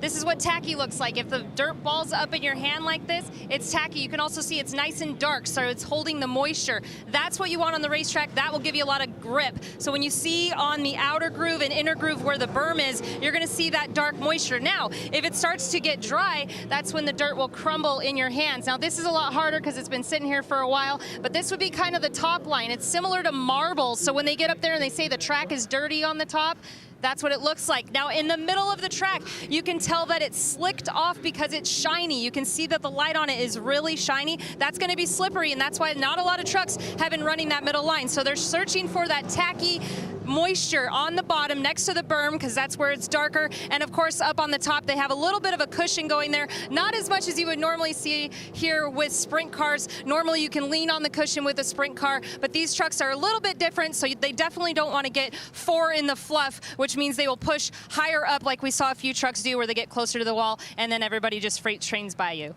The dirt lingo. We got the best woman on the job. Yeah. The commitment level there. Did you see how dirty she was willing to get? Yes. And her fingernails, Right too. I know. That's what we do as pit reporters. That's right, Jamie. You trained her well. She hangs out with you sometimes when you're on pit road, right? She's my pit spotter, Yeah. actually. She's the woman behind the scenes helping me get all the stories and information. It doesn't matter if I'm covering trucks, Xfinity, or Cup. She is there. So she's worked very hard for Yeah. this opportunity tonight, and it's showing. That was an outstanding report, too, by the way. You can see here kind of what she was talking about. It's a good time to look at the track. We've got all kinds of farm tools going on. We got a harrow tilling it up a little bit, a packer, got some grass growing in it. But on the track, on the shiny part, you can see some of those crumbs or marbles laying in the middle. And what happens, the other reason that the middle gets so slick is because when you're running the bottom, you kick that up off the bottom onto the slick part, and it's kind of double-edged sword there. You've got it slicked off already, and you're getting junk thrown up on it. So that's why when we talked about earlier, you've got to pick a polarized option. You got to go all the way to the top or the bottom, but you can see this will get run in some, but it's so easy to tell for us in the race car or race truck. It's more difficult than you think. You know, you get sucked into racing somebody, and as we talked about earlier with Derek Kraus, where he tried to poke the left front headlight out like your instinct would tell you to do, you really got to tell yourself, just go all the way to the bottom, try to make the pass, and that's what makes the slide job so effective on dirt racing. You got to go all the way to the bottom and slide up. Heather, you got some more information for us down there? Yeah, I do. I figured since we're talking about this racetrack in particular, they actually bring in the dirt to Knoxville every year. Sometimes it's 200 to 300 truckloads of this dirt. Now, some people might call it river bottom gumbo. The scientific term for it is zook soil, so that's that black Iowa clay. And you wonder, okay, well, if they brought 400 trucks of dirt in here, where's the extra dirt? It's in the berm. That's where they pull from when they need to add dirt to the track until they go and get some more. But they find it anywhere in the state of Iowa. A lot of other states as well have that zook dirt, but this dirt, I believe, came from one of the guys that works here at Knoxville Raceway, his family farm. So the river in his family's farm is where this dirt comes from. And I thought that was pretty interesting that that's why that berm is there, because it's the extra dirt that they need to prep the track with. Interesting. That's one of the first things I noticed when I went to that track is that berm and how high it is, but it's actually used for something, not just kind of a wall on the track. And the dirt they use at Bristol, they've saved. They saved it for 10 years after they originally ran dirt way back in the day with some open wheel stuff when they first took the Cup cars and the trucks back there. Well, I could tell this wasn't just racetrack topsoil at this point. It's so dark. I've got a garden at home, Phil. This stuff would work perfect. Grow anything I want to. We could grow something overnight. You could. Looks fertile. If we were racing in Atlanta, it'd be that red clay. Talk about a mess. That's what we've got.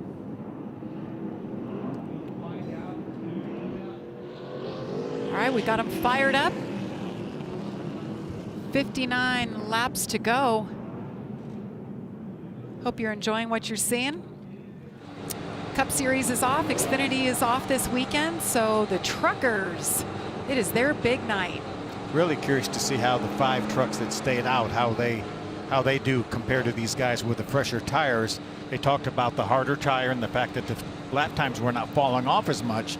Everybody said coming here, track position is going to be key. It was last year, but it was different last year. The track position, you had to be on the bottom last year. Now you have to be on the top of the racetrack. That's where the track position is. Yeah, and you mentioned those that stayed out. Brett Moffitt, Grant Enfinger, Kaz Gralla, and Buddy Kofoid running 4th, riding aboard with him here. Isn't he running 4th at Bristol when this happened? Racing with the 99 of Ben Rhodes, our eventual winner. And that, Phil, is learning how to truck race. The dirty air is something you don't deal with as much in the midgets and things that he's used to racing. When Ben slides up, takes the air off the truck, and he's gone. No contact there at all, and you see the big pileup that ensued after. So yes, he's found himself in the top 5 just like he was at Bristol. It's going to be interesting, to your point about staying out on these old tires. Will it work? I could eat my words, but if I could be in 5th with new tires, I'd take that all day, every day. And this is going to be the longest run we've seen yet with 60 laps to go. We saw 50 there. Again, I point to Stuart Friesen. That's the first truck I've seen give up a little bit on tires. So, man, you know, if I was 15th on new tires, maybe you're in jeopardy, but 5th on tires, I'm taking that. Quite a bit of glare from those overhead lights, and those windshields are dirty. The person that's really happy right now is Zane Smith on the outside in 6th. That's almost better than 5th right now from what we've seen on these restarts so far. You know, we had 80 caution laps last year. We've only had 26 so far this year. Going green this time by. All right, Brett Moffitt, back in the Truck Series in the 22, chose the outside. Grant Enfinger in the 23 on the inside. Not a great start by Buddy Kofoid. It really jammed up Zane Smith and his hopes of jumping to 3rd on this start. But, man, Brett Moffitt. What a restart for Brett. You know, it's amazing how on a paved track we talk about spinning the tires on a restart. Here we are on dirt track. We haven't seen anybody have trouble spinning the tires unless that's what happened to Buddy Kofoid. Huge jump for Brett Moffitt. See you later, guys. Checking out. And then you've got this just behind him. Well, this is just what Brett Moffitt wanted to see is, you know, Kofoid and some of these other trucks on old tires. Enfinger hold up Todd Gilliland and Zane Smith, and they're doing a great job of that right now. Todd Gilliland to the inside of the 38 is Zane Smith, and he moves into 4th. How about Stuart Friesen, right? That on the bottom, 3 wide, although there were two car widths or truck widths between them, but he was 3 wide and got 2 spots. See John Hunter Nemechek dive down there as well. You got to get it while it's there. That moisture won't be there long, so they dive down these restarts, try to take advantage of it. feel like these two cannot shake each other. The 19 of Derek Kraus, Stuart Friesen. So much we've seen that 19 thanks to this onboard camera. These two been together. Oh, breaking news. The 22 black flagged for jumping the restart. Well, there's a strategy that goes out the window. Let's take a look at it see here. if he went before the restart zone. He was the control truck, so it was his option to go. They must have felt like he went before the restart zone. I really think what hurt him is Buddy spinning the tires. I don't know if it made him look a lot worse I don't know if I'm allowed was. to say that, but I don't know if I totally agree. It looked like he was almost to the line, but when someone spins the tires behind you, it just amplifies that completely. It's like perception is everything, For and sure. that did not help him there. Heather? And Brett Moffitt just asked, what happened there? I don't understand. And they said, they're saying that we went before the restart zone. And he said, no way. There's absolutely no way. And they said, you know, it doesn't look like you jumped it to us, but not our call. Ooh, that's a tough break. That's hard. Just takes him out of contention. You can't contention. argue it. There's nothing you can do, and so that's rough. You see the penalty there going back into the pits. Man. So, meanwhile, Grant Enfinger in the 23 is your leader. Todd Gilliland behind him, and Zane Smith slinging it on the bottom side.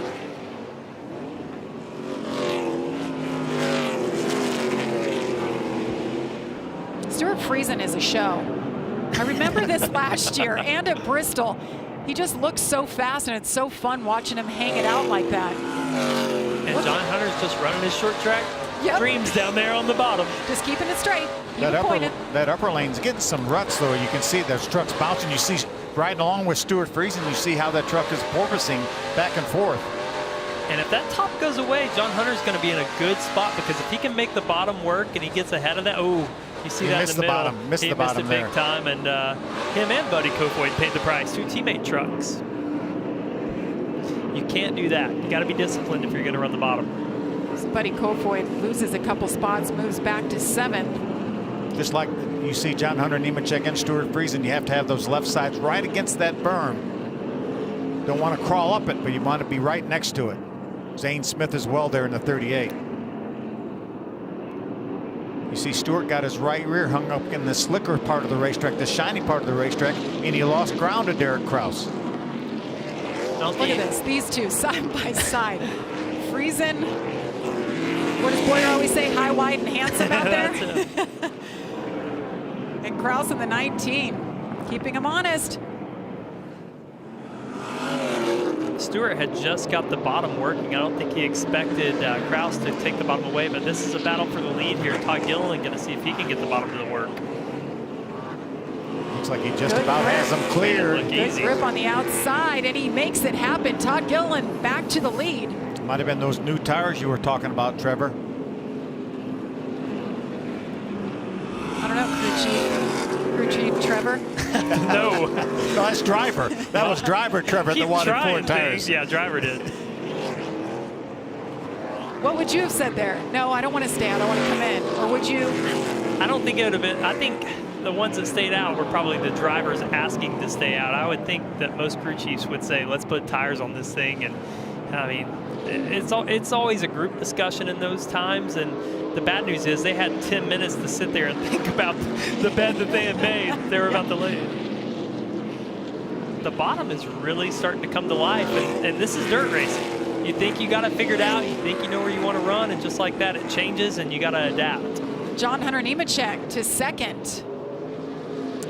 Todd Gilliland continues to lead. We're going to step aside, but you won't miss a thing as we go side by side.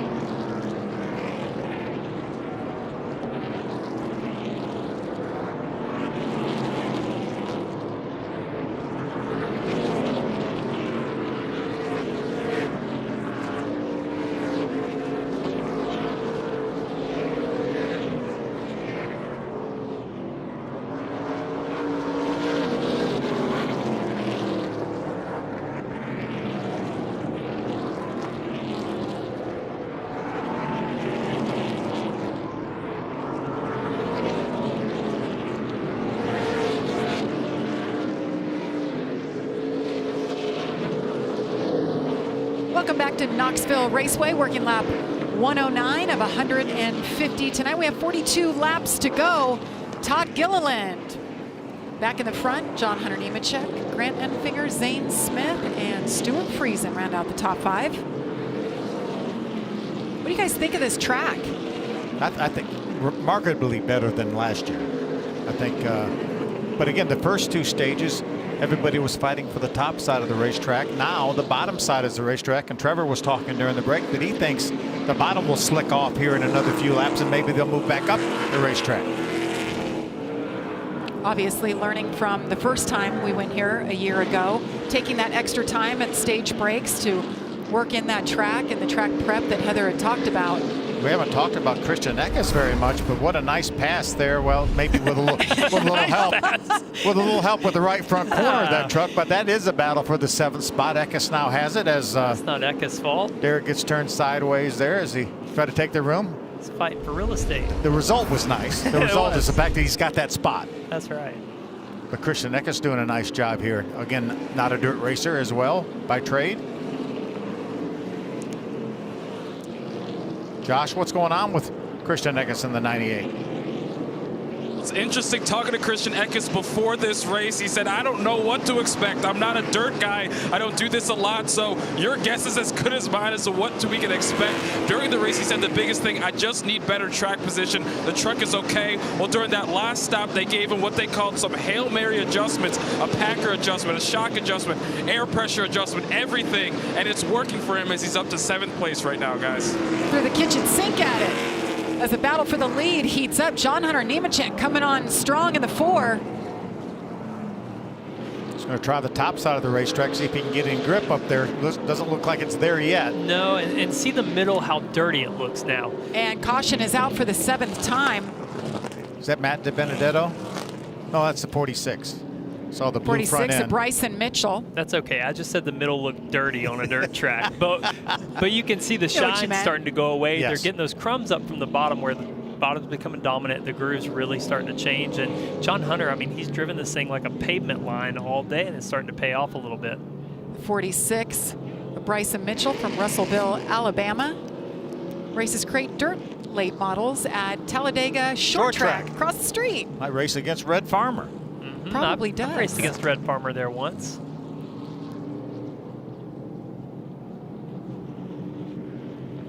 And for you NHRA fans, they will be following us right here on FS1 in its entirety. Thunder Valley. And don't give me that you can't stay up late. If you're a race fan, it's Saturday night. Just get comfy. Of course, they're racing at Bristol.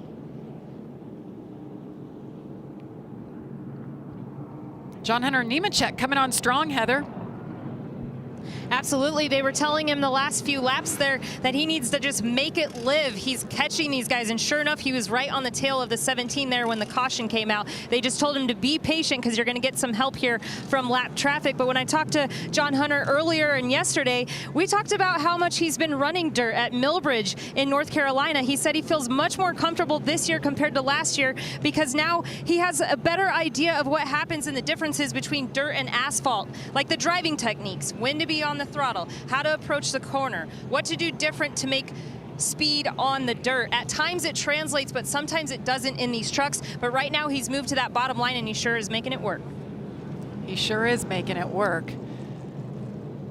Well, Ben Rhodes was one that we watched coming in, and he had his issues early with overheating. He is the free pass now, so he will be on the lead lap, shown in the 23rd spot. He's been trying a long time to get that lap back. Yes, he has. 83 laps he spent, 1 lap down. They want to give a happy birthday shout out to Duke Thorson. Absolutely. Yes. His daughter Allison wished him a happy birthday online today. Great family.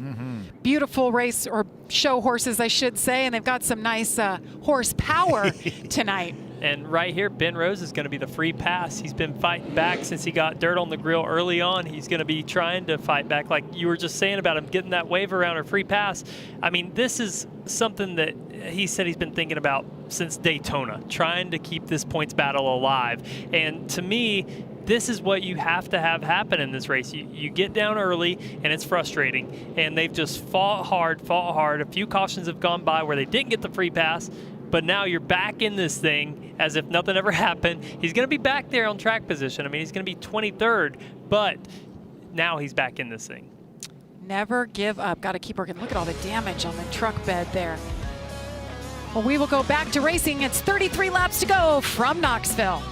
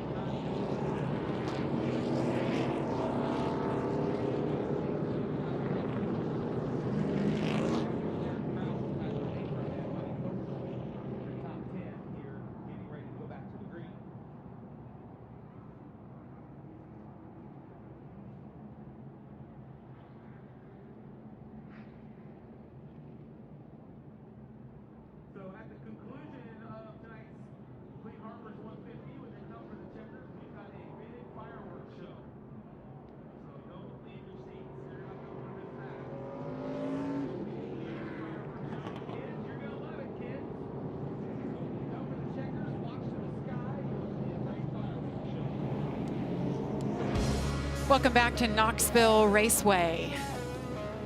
Things are winding down here. 31 laps to go. It's been a good one. Todd Gilliland continues to lead over John Hunter Nemechek. Trevor, we were just talking about John Hunter Nemechek. What do you think here as the track continues to change? What do you foresee happening here? Well, as Heather said, he's more comfortable in dirt racing, but I feel like the bottom of a dirt track races more like pavement. When you're up top and you got to hang the thing out, keep it on the right rear, and make speed on corner exit, that's when it goes into Buddy Kofoid or Stuart Friesen's territory. When you get it on the bottom and you drive it really straight, you put wheel into it in the middle, and you're easy on the throttle getting in, easy on it getting off, that's more like short track racing, which is what John Hunter's grown up his whole life doing. So the more it moves to the bottom right now, if it stays down there, I think that's the most comfortable place it could be for a driver like John Hunter Nemechek, even if he is getting better on dirt. That's a really good point. All right, so we're on a half-mile dirt track next week, though. Nashville, Tennessee, 1.33-mile oval. Concrete oval. Concrete. Such good racing there. It's going to be hot. It's going to be slick. Music City. Another one of the racetracks that they're going to have to adapt to. Trevor talked about at the very open of the show. What a nice cross-section of racetracks we've had over this last eight race run. Well, We've enjoyed it. I don't think that the teams are loving it at this point unless they're winning. I'll be watching that one up close and personal. I get to run the Xfinity race there next weekend. Yes, so Trevor. What do you have, 4 more races with Gibbs? Four more, yeah. I get Nashville, Loudon, Vegas, your hometown there, and then get to go to Miami at the end of the year. So really looking forward to those races. Yeah, you've been doing a great job there. Thank you.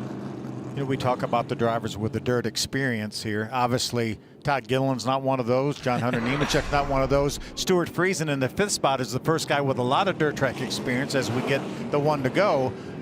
And Buddy Kofoid back in 10th. So right now it looks like it's the pavement guys that are leading the way. Well, and those guys are in some of the best equipment out there, right? You know, you look at Todd Gilliland, John Hunter Nemechek, Zane Smith. All these trucks are really good, and it makes a difference. You know, it's always man versus machine, right? What's the percentage of driver versus truck? And really at this level, I mean, truck makes such a big difference if it's dialed in. And that's what Stuart Friesen's been saying. Like, hey, I can win in a truck. I can win on dirt. I'm just not winning in a dirt truck right now. We got to figure out what the issue is. Oh, this doesn't look good. Tyler Ankrum, the 16, they just told him to come in because of that rear bumper bar sticking out. Yeah, I think the officials are going to bring him in. Yeah. Because that obviously could That's cut a tire down in a second. Team that won this race a year ago. It's Todd Gilliland on the bottom. A lot of wheel spin for John Hunter on the top that time.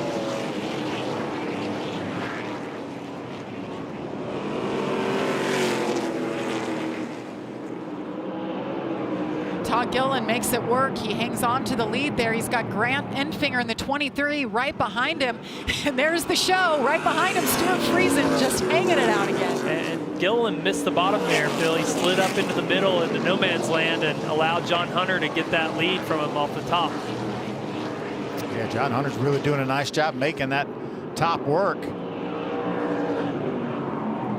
Now John Hunter's going to move right back down to the bottom. Now he's going to slide up through the middle. Missed it there again. That's going to allow maybe Gilliland to pull up beside John Hunter.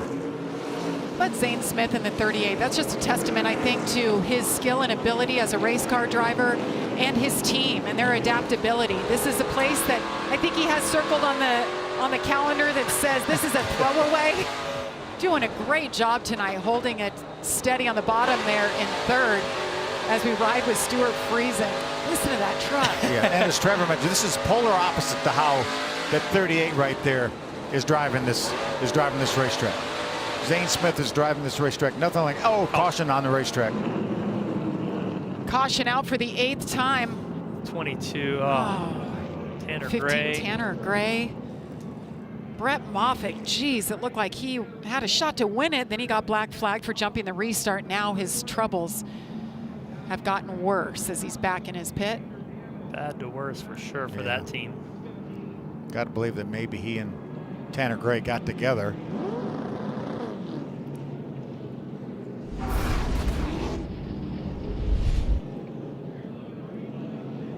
Kaz Gralla completely sideways. Colby Howard getting by on the inside. Not sure that had anything to do with the incident with Moffitt. Oh, that's too bad. Came out just trophy hunting. You can see the damage to the right front corner as well as that right front wheel. Iowa native. Be pretty cool for him to get another win at this track, but he's legal age now, so. But his night is over early. Austin Wayne Self usually in that 22 truck. He will be back at Mid-Ohio.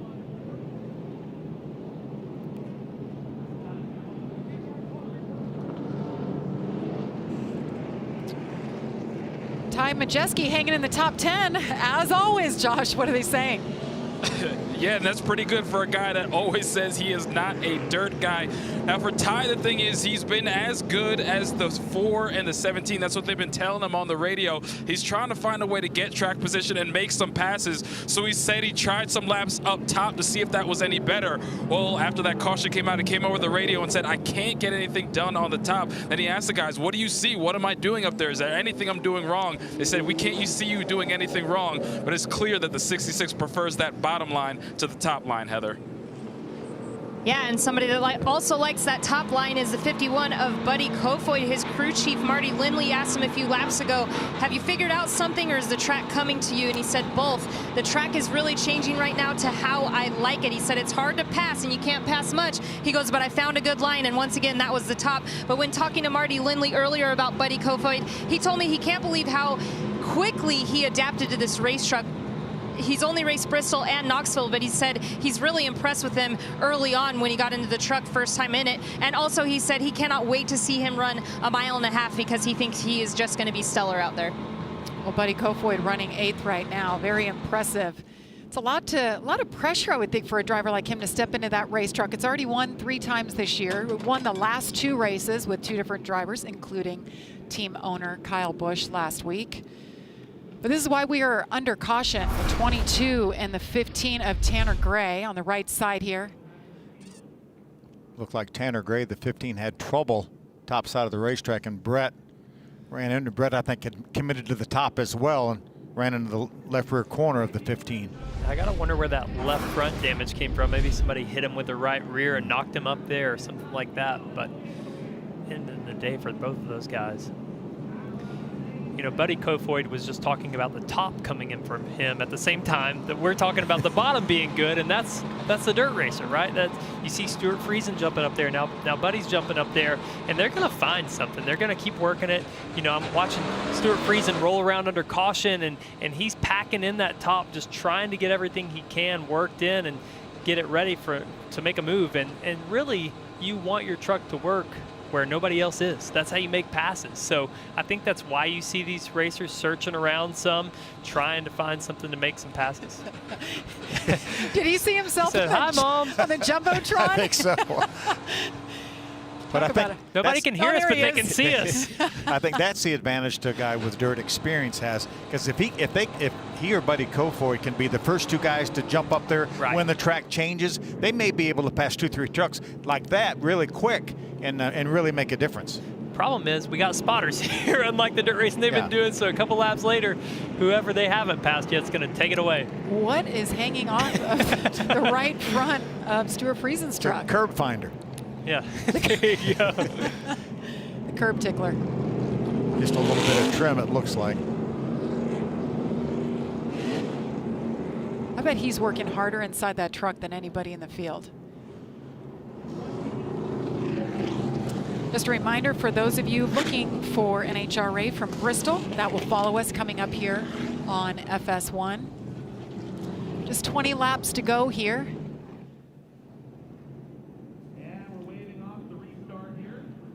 Heather, what are you hearing on Stuart Friesen?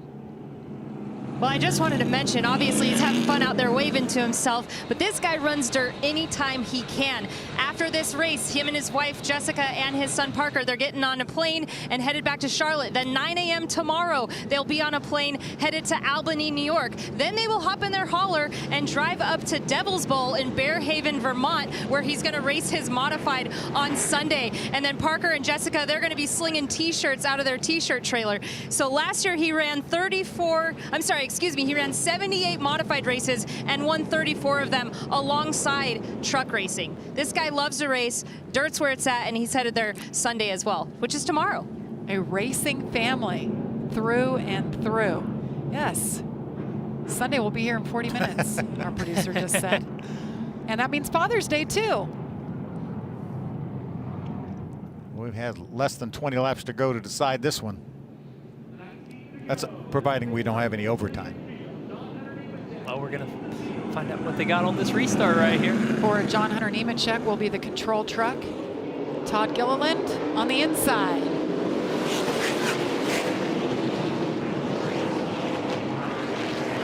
What a great restart by Nemechek. He was able to get Watch this run by Stuart Friesen off the top here. He's got some momentum here. Just not sure the top's there yet, Trevor. Well, it looks like 1 and 2 it's okay. 3 and 4 they seem to really be struggling through the entry to center, but again he's getting that great run. That was a great run off. Yeah, it looked almost like 3 and 4 was better that time. Let's see if he can hold. He's going to hold it here too. One of the things he's struggling with are those ruts. When he gets up there, the truck's really bouncing and upsetting it. As soon as he figures out how to get the truck through that rut, if he can, I think it could come to life for sure. See, Buddy's also up there as well. Buddy Kofoid in the 51. On those old tires. Yeah, that top's looking really, that's a little too much. But it's looking good for Stewie right now. Stewie is Mr. Showtime. It's a great battle between a dirt guy and a pavement guy. Well, he's enticed the pavement racers to the top with him, and now he goes to the bottom to see if he can figure it out. But, you know, I'm kind of surprised to see John Hunter jump to the top so quick when he got to the lead on the bottom. It looked like Stewart missed the bottom, went through the middle of the racetrack and lost all that ground. Well, as John Hunter Nemechek crosses the line, we've reached our Camping World 15 to go.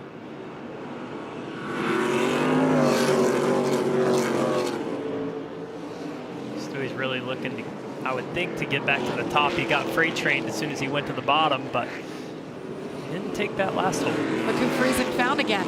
The 19, Derek Kraus. Derek should thank him. His truck has gotten shown more on TV tonight just because he's been racing with him so much. Zane Smith got outside of Stewart. Looks like he's going to grab that 4th spot. Stewart back to 5th. car seems to be really good on the restarts and short runs, and it just fades pretty quickly for him. I don't know. I wouldn't think that's tire wear that quick, but he might just be too free on the longer run. And we saw that at the end of the second stage too, remember, Trevor? For sure. And now Todd Gilliland's got the top working, and if he can keep this run on exit, he's going to be close to make a move in this next corner if John Hunter doesn't take his line away. They look like they're running on 2 different types of tracks. John Hunter moved. Oh, and bumper. a nice bump from Todd Gilliland. John Hunter moved up to protect, and Todd said, keep moving. I love that view from up above. John Hunter never won on a dirt track. Finished 3rd at Bristol earlier this year, and that was his best finish. This could tie the record. This would be his 13th different win at a different racetrack. He's never won at the same racetrack twice. Isn't that impressive? I think Zane Smith is on that same campaign. Got Todd side Gilliland. by side. Todd Gilliland, can he make it stick this time as John Hunter Nemechek moves up the track, pitches it. Look, Derek Kraus is right there as well. Remember Derek Kraus below the cut line. 10 to go, and they're door to door. Slide job. It's going to clear him. Crossover from John Hunter going back to the bottom, but I think Todd's going to hang on to it on the top here. His truck's a little better than John Hunter's right now once he got the top rolling. John Hunter looks to be too tight on the top. He needs that bottom to work, so now that they've switched lanes, I just don't see him fighting back for Todd Gilliland here for the lead. Todd Gilliland, and we have a caution. Jack Wood tries to get it going under his own power, and he does. Kind of set of exhaust land on the racetrack. Oh boy. A restart inside of 10 laps to go. Oh boy. It was already getting fun. Yes, it was. This might have extended our stay in the booth for a little while here.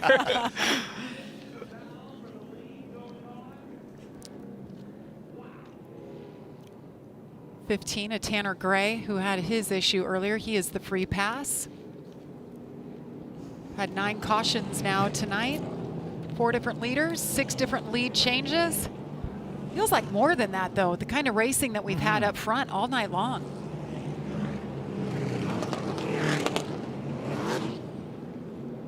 Is Todd going to take the top on this restart? I sure would think so. I have to believe he will. I would think so. We saw the jump Nemechek got from the top on that last restart. Yeah, I think Stuart Friesen showed him something on the top there. They moved up, and now isn't that crazy how quick it changes? Everybody's fighting for the bottom, 1 caution. Next one comes out, they're all fighting for the top. In a matter of a couple laps, it changed. So Todd Gilliland has never won on a dirt track either. Derek Kraus sitting in 3rd in the 19, never won a race, period. So a lot on the line for these guys. Zane Smith lurking in the 4th spot, who already has 3 wins on the season. All the drivers in the top 4 would keep our streak of 11 different winners at 11 different dirt tracks races. Yes. I'm surprised the 88.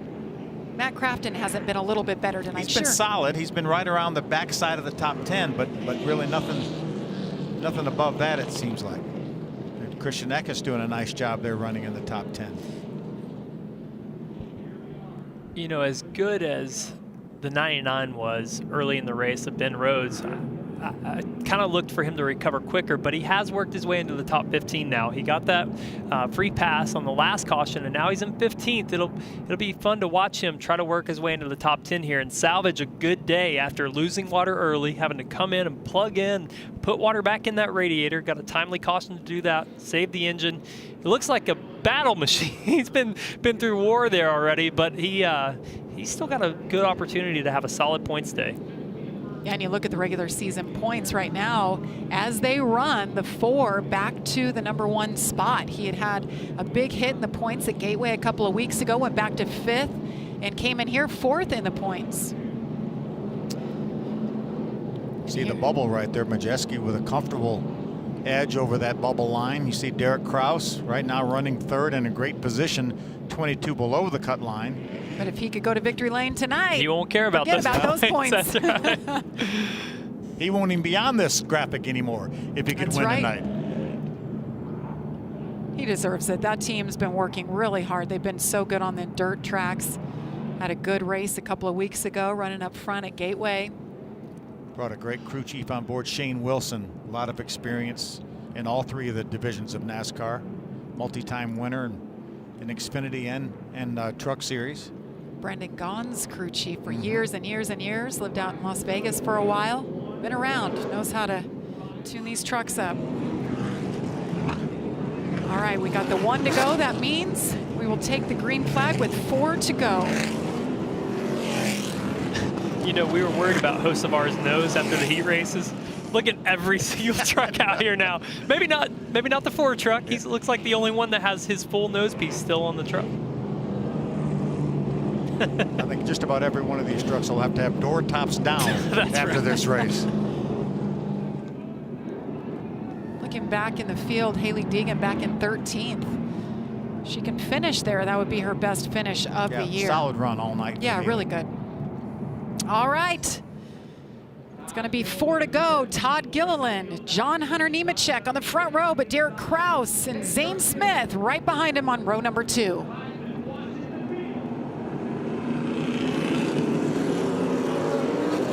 Here we go. Good jump for Gilliland there.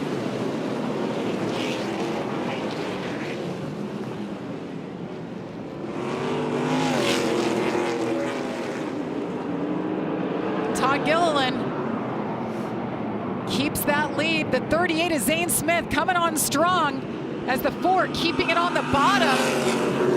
John Hunter's doing a nice job on the bottom of the racetrack, but I think right now the outside is the preferred line.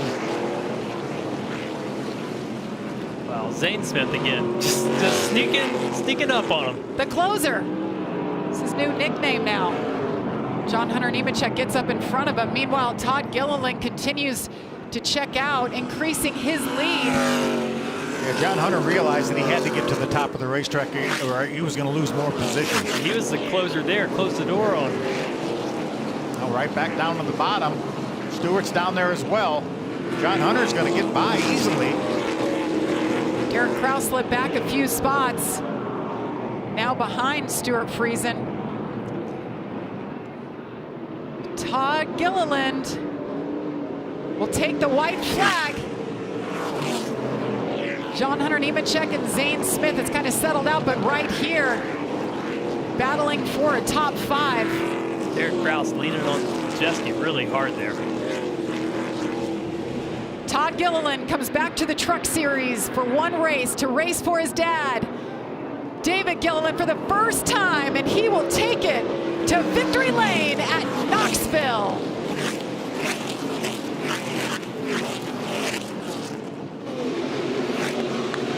What a cool day for David Gilliland. What a family moment. Gilliland. What a family moment. He kept it exciting. That was a good race. Those fans have to be happy with what they saw. All right, Todd Gilliland will make his way to his trackside interview. We're going to step aside, but you won't miss a thing. We'll hear from the winner after this.